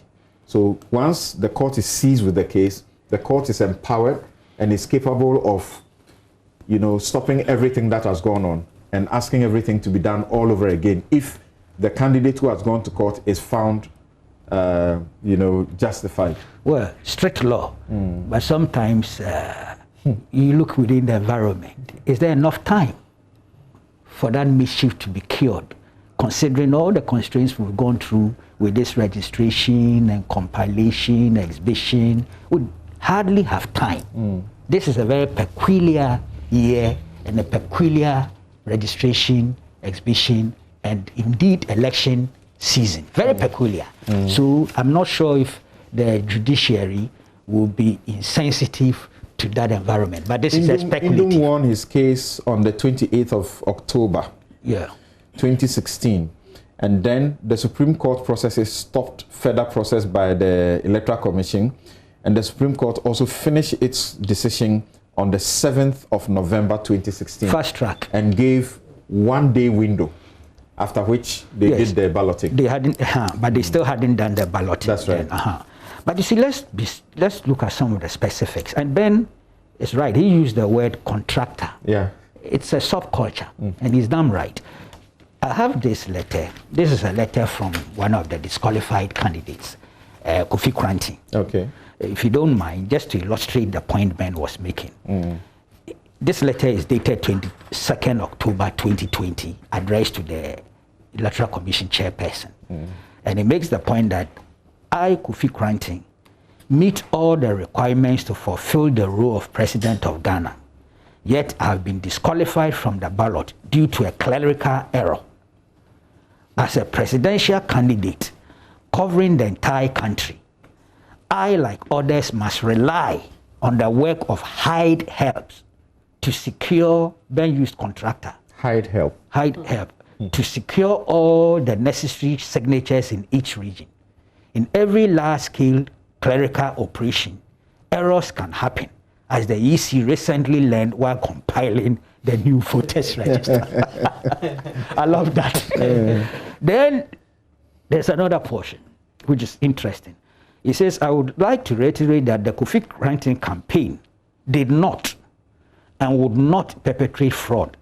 Rather, we were its victims by those who were paid to perform a job and did not do so.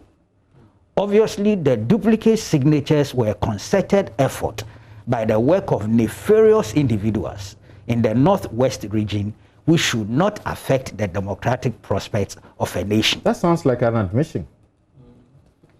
Well, when they go to court, this thing will be subjected to critical scrutiny, the legal test. That sounds like you are admitting, but you say, don't blame me. How do you win a case like this? The last point. It says, I'm attaching the detailed series of events as recorded by the Kofi Kranti campaign for the period of October 8, 2020 through October 19, 2020. These events begin with a phone call from the EC to inform my campaign that there were problems with our paperwork and end abruptly without allowing us to submit the corrected, verified paperwork. You see, what is interesting is that apparently in his case, the CPP intervened because of the duplicates. And the CPP brought the photo album of the people who signed for him, shown as members of the CPP. Exactly. And there's an interesting letter from the CPP here that is dated 13th October 2020. And what I find interesting is this. It says, this fact, okay, let me read it. It's a short one. It has come to my attention, that's Ivor, the presidential candidate. Right. It has come to my attention that the details of some duly elected constituency and regional executives of the Convention People's Party from all the districts in the Western North region have fraudulently appeared on another presidential candidate's forms, Kofi Kranti. Please see a copy of the CPP Western North constituency and regional executives attached. The exercise to obtain these signatures on my forms were duly carried out by the CPP regional chairman of the party during the nomination compilation period. These facts were made available to the electoral officers at the Electoral Commission headquarters, at which meeting Mr. Kofi Kranti was present. He unreservedly accepted the facts as laid out and agreed to amend his nomination forms accordingly. That's why in his case, it appears there was an opportunity for him to be confronted. Okay. It was not to be given the opportunity to cure criminal insertions of a sort. Okay. You see, that explains it. And this is important because Maverick Kofi Ghani is saying that once you give somebody else the opportunity, give me too an opportunity. And to be honest with you, Thursday, I had no idea of this, how the sequence of events worked. And Randy Abe, Sami Jenfi raised it in a very strong way. And it appeared that, yes, relative to what they were saying, lack of equity, lack of fairness, lack of justice, it made sense. Subsequently, I double-checked. And then I realized that this was how things happened. So after his case, the EC took a firm decision that, look, if the thing is bordering on criminal, forgery, this, don't entertain them. In terms of the principle, the law we are talking about here. No, so that's it. Now, the interesting point with Ajinim Boati. But Kuku, this one, but for the fact that there may be evidence to show that he admitted and then sought to correct and then tendered a new list of endorsers. Yes. If he was the first to present his nomination for, the endorsers don't have to belong to any party. Yes. It doesn't matter that they belong to CPP and they have endorsed him. And it doesn't matter that CPP can prove that they are actually CPP members. If he can show that they actually endorsed him and they endorsed him first, he will be right. Yes, if they endorsed him first, they ought not have gone back to endorse. Yeah, but it appears the CPP executives are denying endorsing him. Okay. That's a critical point. They are denying doing that exercise for him. And he appears to have admitted. That's why he went looking for new endorsers, so to say. Okay, so that's also why the CID will be correct when they say the signatures were forged. Forgery, yes. Okay. Yes. You see, but the most interesting thing is the Ajinim Boati one. He's gone to court. Yeah. His court documents are here. And I found what is interesting is that those who endorsed him. Yeah, the three people. The three people have all now, what do you lawyers call, they've sworn an oath. Yes. Before a commissioner of oath. Saying that they indeed endorsed him. That's what they are saying? Yeah, that's what they are saying. They endorsed him, but they are revoking the endorsement. They wrote, James Akon. Okay. He wrote a letter to the EC saying that, look, I have not endorsed United. This is his argument. Can I read this thing? Yes, please go ahead. Go ahead. He says, after the press release, the EC press release, I contacted these three persons and they refuted respondents' allegation and confirmed endorsing my nomination. James Akon, one of the three individuals alleged to have denied my nomination, informed me that he was invited to the respondent's district office in Takoradi and questioned on whether he, James Akon, endorsed the nomination of first applicant, United Front Party. Listen carefully. And he answered in the negative because he only endorsed the nomination of an individual, Nana Ajinim Boati, which is me. He further stated that he did not know at the time he denied endorsing first applicant that I was being sponsored by first applicant and running on his first applicant ticket, hence his denial. Do you get the distinction he's trying to draw? That he assumed he was endorsing a person and not a party. But when he went to the EC office, the impression he got was that he was supposed to have endorsed a party. And he's actually an NDC. Yeah, he's an NDC member though. And so his view is that no, I endorsed the person, but at the time I wrote the letter, because he wrote a letter to the EC denying, which is the basis on EC giving it to the police CID, and the police coming to the conclusion that this is another forgery. So this is what is going on. And I don't know, the court will look into the merits of this. If this is the case, then it's going to be interesting for him. Let's know that James Akon gave me a letter dated 13th October 2020 and informed me that a said letter was prepared by an officer of the respondent and handed over to him to sign at the office of the respondent. Attached here too as exhibit N is a copy of the said letter. So he didn't write the letter denouncing that he has signed. It was the EC officer who wrote the letter for him to sign. That's what he's claiming. That's what he's claiming. But the letter he wrote, which is dated 13, is this. Dear Sir, Madam, this is addressed to the chairperson. I am James Akon, a registered voter with voter number so and so and so in Wasa East District. My attention has been drawn by the Electoral Commission to the fact that I have endorsed the form for the UFP presidential candidate. You see, candidate. So it's a person. I wish to place on record that I'm an executive member of the National Democratic Congress in Wasa East District, and I have not endorsed the nomination form for the UFP presidential candidate as it appears on your records. I wish to state that I have no idea on records on that nomination form, and wish to state that the voter registration particulars and the signature captured on the nomination form are without my knowledge. I hope you will take the necessary steps to expunge my particulars from the said nomination form. I count on your cooperation. Credibility crisis here. Credibility crisis here. The other thing this thing brings up is that they referred this to the police, and the police confirmed that the signature was forged. Yes. But in the circumstance, the signature was not forged. Well, but he did it, but he's only saying. Yes, but it means there is misrepresentation.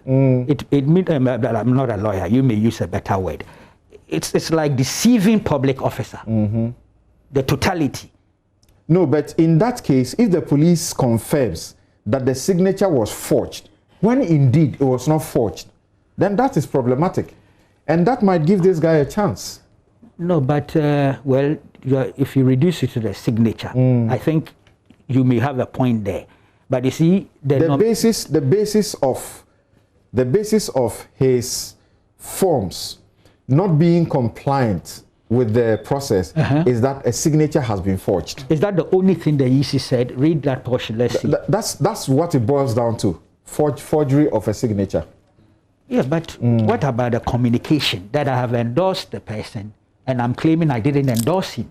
You see, in here, he said that he thought he was endorsing a party. Because he's an NDC man. Yes. But here, his own letter, the letter that he claims was written for him to sign, he's talking of the presidential candidate. So it comes back to the person. He says he didn't write this letter. But he signed it. And he's not a kid. He took ownership of this letter. Well, because this is before the court, the court will examine it. No, this, okay, yeah, it's before the court. The court will examine it. And it also plays up one thing that I have personally observed. When you are appearing before officials of state to do things, you have to be candid with yourself and not be afraid. Like people get to a police station and they are scared. Anything that's written for them, they sign. They want to sign. Yeah. And the last one is that unfortunately, after you have signed, you are done. And apparently the lawyers for Kofi Ghani, yes, quite a popular firm. It's Bram Labi, very credible, of course. Former president of the Bar Association. That's right. That's right. Long standing. He has a good reputation. They have written to the EC and issued an ultimatum, but that October 28th, Wednesday, the EC should respond to their demands. Otherwise, they will advise themselves. Okay. It's always the best form that you don't hit the court first. You try to give them opportunity. If they will change their mind, if they don't, then you sue. So as it appears, 28th is gone. Yeah. So either they 28th. No, sorry, 28th. Yeah. Oh, that's far away. Anyway, okay. So we take a break here. Return to hear from Kobi Mensah, Dr. Kobi Mensah, and also Dr. Usu Ansah. But Benefsin is still on the line, and we'll be looking at the implications of the numbers on the ballot and whether or not the EC should be doing something, because we understand there are some political parties that have only been on their websites, but that's all there is. They are never in existence. Only in election time we hear about them. What can be done? We'll be right back. You're welcome back. This is NewsFile. It's your most authoritative news analysis platform. And here on NewsFile, as you know, we always put Ghana first. And my guest, Kukubaku, who is our regular panelist, Dr. Kobi Mensah of the University of Ghana Business School. Also, Dr. Digrafta Usu Ansah is on Zoom, and then Benefsin is also on Zoom with us. And thanks to Frank Anderson, who corrects me that it's Marek, not Maverick. I've been saying Maverick. And apparently, I just checked again, and the Electoral Commission spells his name as Maverick. So I was following the Electoral Commission's pronunciation or writing. Okay, so what do you have to say about this? Some of these candidates that have been disqualified, we clearly can see that they have promise, they seem to be poised, and they would have made some good, impact on the political scene. You take the two independent candidates, for example, and I'm being biased about that because I have encountered them and I can tell that they qualify to be presidential candidates on NDC, MPP ticket or whatsoever. Kofi Koranteng, Marigani, they have a professional life you can attest to that they are serious people. Yeah. Okay, great. Now, thanks. I mean, obviously the Constitution is clear. Once, you are a certain age and then you have signed 40. Exactly. You can participate, you can actually, contest. So that's your first level of qualification. Then, of course, the other levels is whether people feel that you're responsible, etc. So clearly, and what their backgrounds suggested that, yes, they could. But I think also it's about your attention to detail because you want to lead the country. It's not a joke. It's a very big issue. So if you have committed that kind of resources, including your time, including your money, you want to be very, very circumspect in terms of the processes. There's a lot of work. Article 63 of the Constitution says a person shall not be a candidate in a presidential election unless he is nominated for elections as president by a document which he will sign by himself and is signed by not less than 2 persons who are registered voters, residents in the area of authority of each district assembly. That's a lot. Yeah, and I would even suggest that perhaps we should even go beyond the 2, because you see, our processes is not watertight as elsewhere. And so some of these mechanisms are the ones that we could use to actually have fit for purpose person. Because look, when it comes to investigating somebody's financial background, we don't have the sophistication to be able to know where you're getting the money from. So should you increase the number? I think so, because that's the only way. Even with this number, we are hiring, we have what do you call them? And that's the point. Like Benefsin just called them the contractors. Contractors. And that's the point, because if you're serious about leading a country, why do you even have to use contractor when the system doesn't actually say that you have to even look for party people? People who actually normally are normal voters, but can attest to the fact that perhaps you are genuine person. But it's easy if you have a political organization to back you, like NDC, MPP, of course, the PPP, and the rest of them. But the Constitution allows for independent candidates. And independent candidates don't have offices in all regions and districts as is required. It does, and that's where we should have that mechanism to make sure. Because you're going to make it more difficult for them. You're going to kick out independent candidates. I think that the first point of concern is whether we're having genuine people, not necessarily making it easier or difficult for people. It's the state first. How do we, go about making sure that we have genuine people?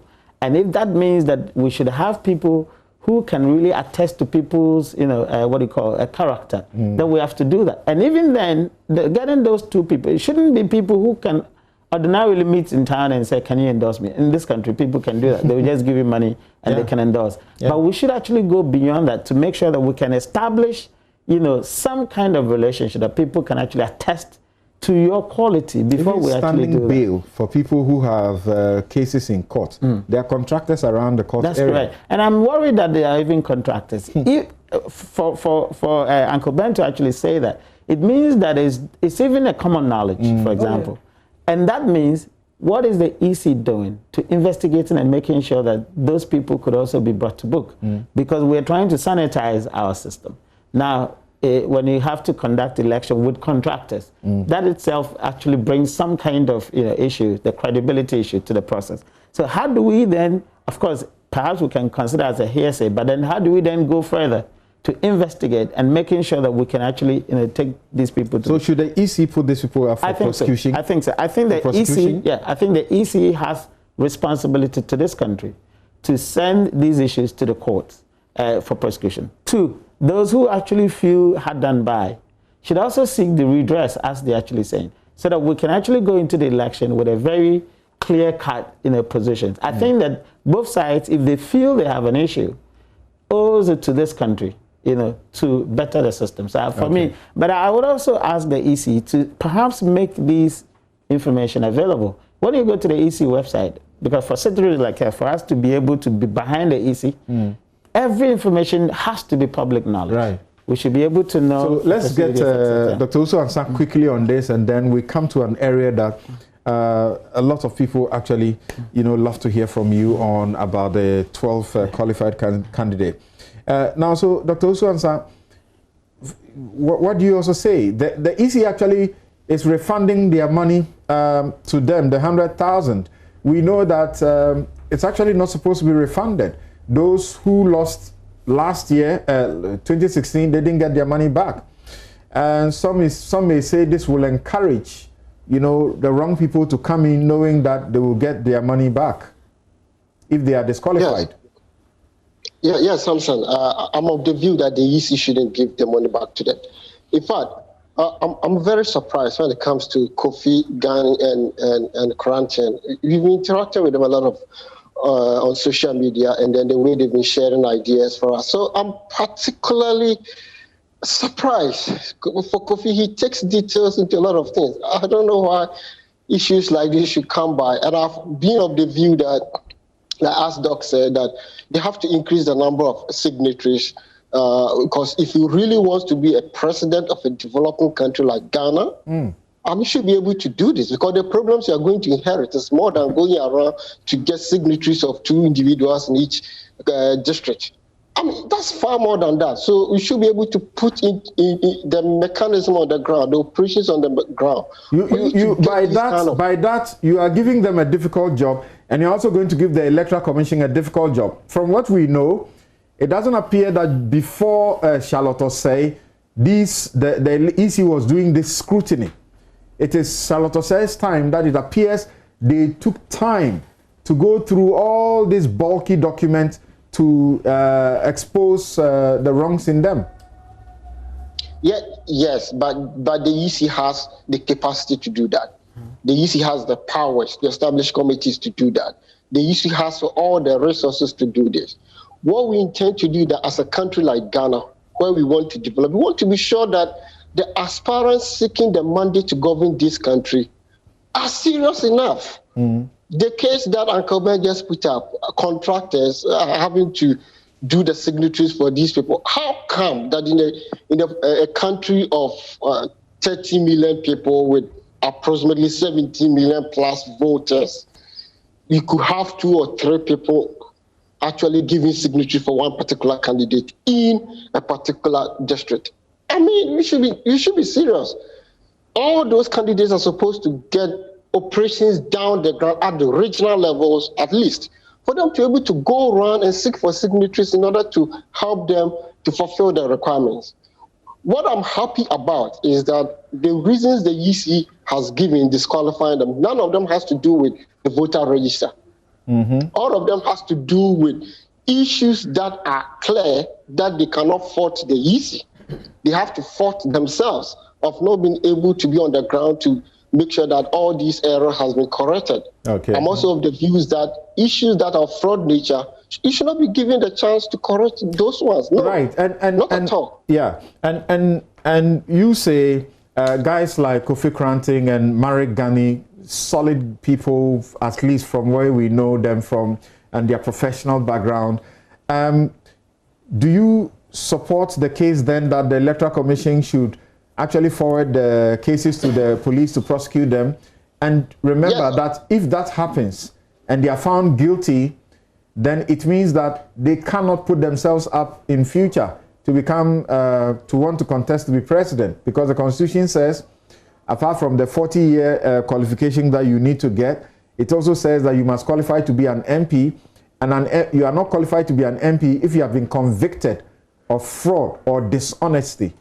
After some years, I think it's 10 years. Yeah. Yes. But what we do know is that for you to be a presidential candidate seeking the mandate to govern the people, at least you must address yourself with the laws. Okay. You must know what actually are the consequences of certain actions, so that when you become the president, you can govern this country well. All right. I'm expecting the EC to forward this particular fraud cases to the CID, and I'm expecting the CID to act on them.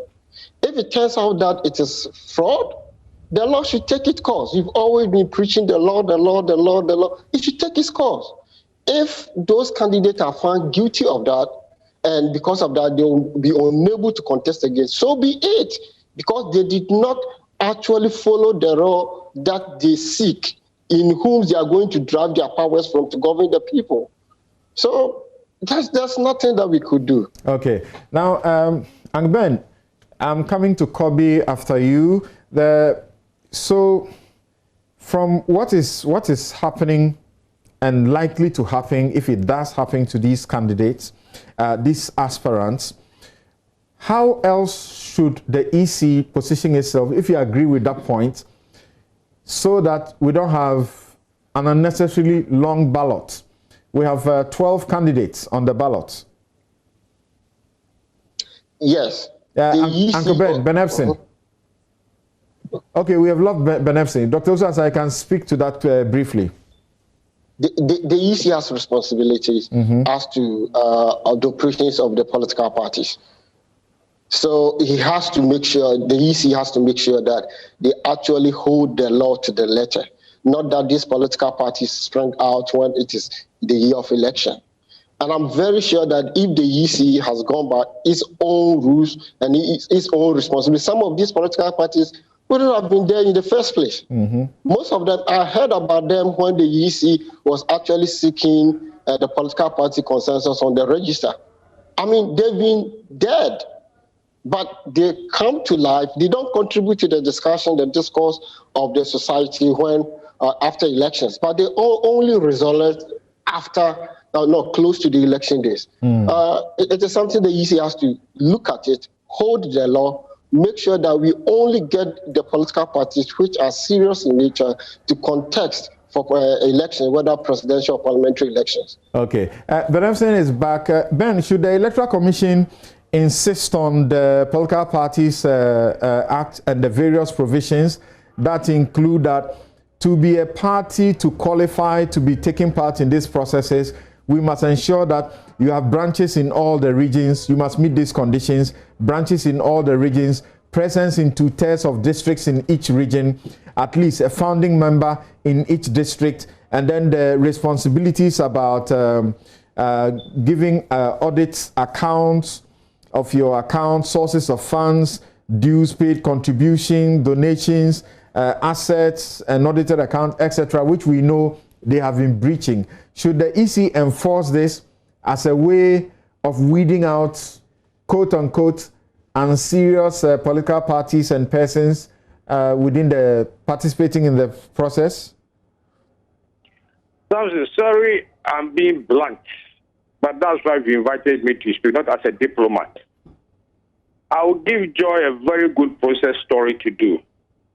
Now, they should go around most of the political parties, I won't mention names, take a shot of their offices, their vehicles, and in a year's time, go back there. What most of the smaller parties do is they go around the district, go and hire shops of tailors, small-time provision sellers, hire it for a year and a half, paint it in their colors to satisfy the EC requirement. If the EC decides every year to inspect, most of them cannot survive it. They do so a year and a half, 2 years to elections and paint it. The thing is that some of the political parties are accusing me of not being fair to them by saying that their total votes will not be more than 4%. The truth is that if you go to those offices in a year's time, you will see tailors, seamstresses, and provision sellers back in their shops. The truth is that the EC must do it every year.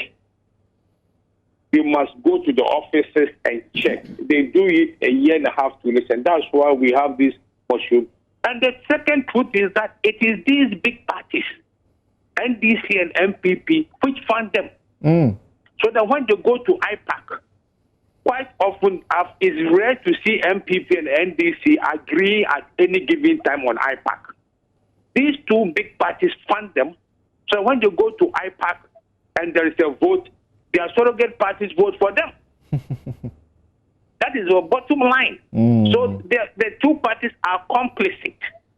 Because if you're a political presidential candidate and you don't get even 50,000 votes nationwide, Samson, hello.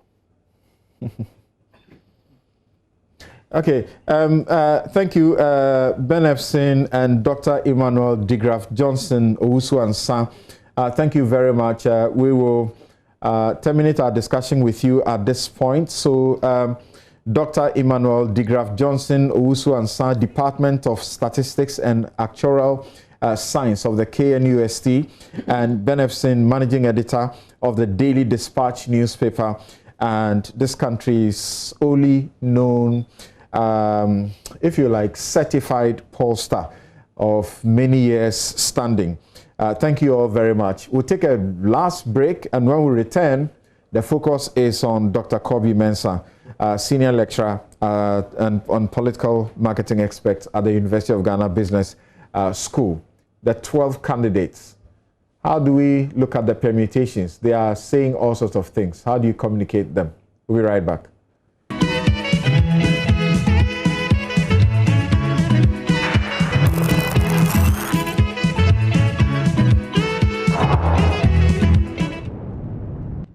Right, you're welcome back to NewsFile, and apologies to those of you who are sending in protest messages about the adverts having increased. Forgive us. Now, Koku says he donates the rest of the time to Dr. Kobi Mensah to take us through the analysis of the 12, candidates on the ballot and how things will pan out. Is there any magic with it? Is there any science about where you belong and how that affects your place? Excellent. All right, thank you so much, and thank you, Senior, for that honest. Firstly, for us in political marketing, we believe that when elections become very competitive, every move matters within the process. So you realize that from 2000 onwards, our political system became very, very competitive. And so remember that from 1992, 1996, perhaps we didn't hear a lot about positions. But in 2000, we all are aware of the popular Asieho, kind of position. And I remember when I had a conversation with Jacob Echevilamte during my thesis, and that's what my thesis looked at in the political marketing. And he said that when the ballot position came and they were at the bottom, they felt that there could be an issue, especially looking at the different voter demographics that we have. Obviously, the voters are in different categories. Yeah. So they realized that they have to be creative in making sure that they can direct the voters who may not be as literate as possible and who probably could have some challenges as well because of maybe some elderly voters, could have eyesight issues, and therefore they had to have a creative way of directing them to where, President Kufuor was. And so they created the Asieho, And remember, at the time, Asieho had become a song by, I think, Lumba had created Asieho. So there was already an existing narrative, of Asieho. And so positioning the candidates, linking the candidate position to that narrative was easy for people to perform that act. So once they say Asieho, they do the opposite sign of, the thumbs up. And it quickly actually fitted in. So although we always say that, when it comes to electoral choice, there are so many reasons why people choose and so many reasons why parties win. But you're looking at how creative are you with each part of the campaign in order that actually you can actually gain some, benefits from that. So that Asieho was used as a so-called a directional sign, some kind of education to a certain voter groups to make it easy for them to actually choose. Now, when you look into our trends, and I've been analyzing our electoral trends now, apart from the two parties, MPP and NDC, whenever the lesser endowed parties have actually occupied the top position, guess what? They have made gains. And that actually suggests that the theory really works. So we looked at one, CPP, PNC, and GCPP. Whenever each of these parties had occupied, of course, they had occupied with different candidates, so the candidate power comes in. But whenever they had occupied at the top of the ballot, that is between 1 and 2, they have made gains. And I was telling Samson that if you look at the position of NDC, MPP, that's a given. But the third position had always been occupied by Indum, whether he was on CPP ticket or he was on PPP ticket. So that tells you about the candidate brand strength.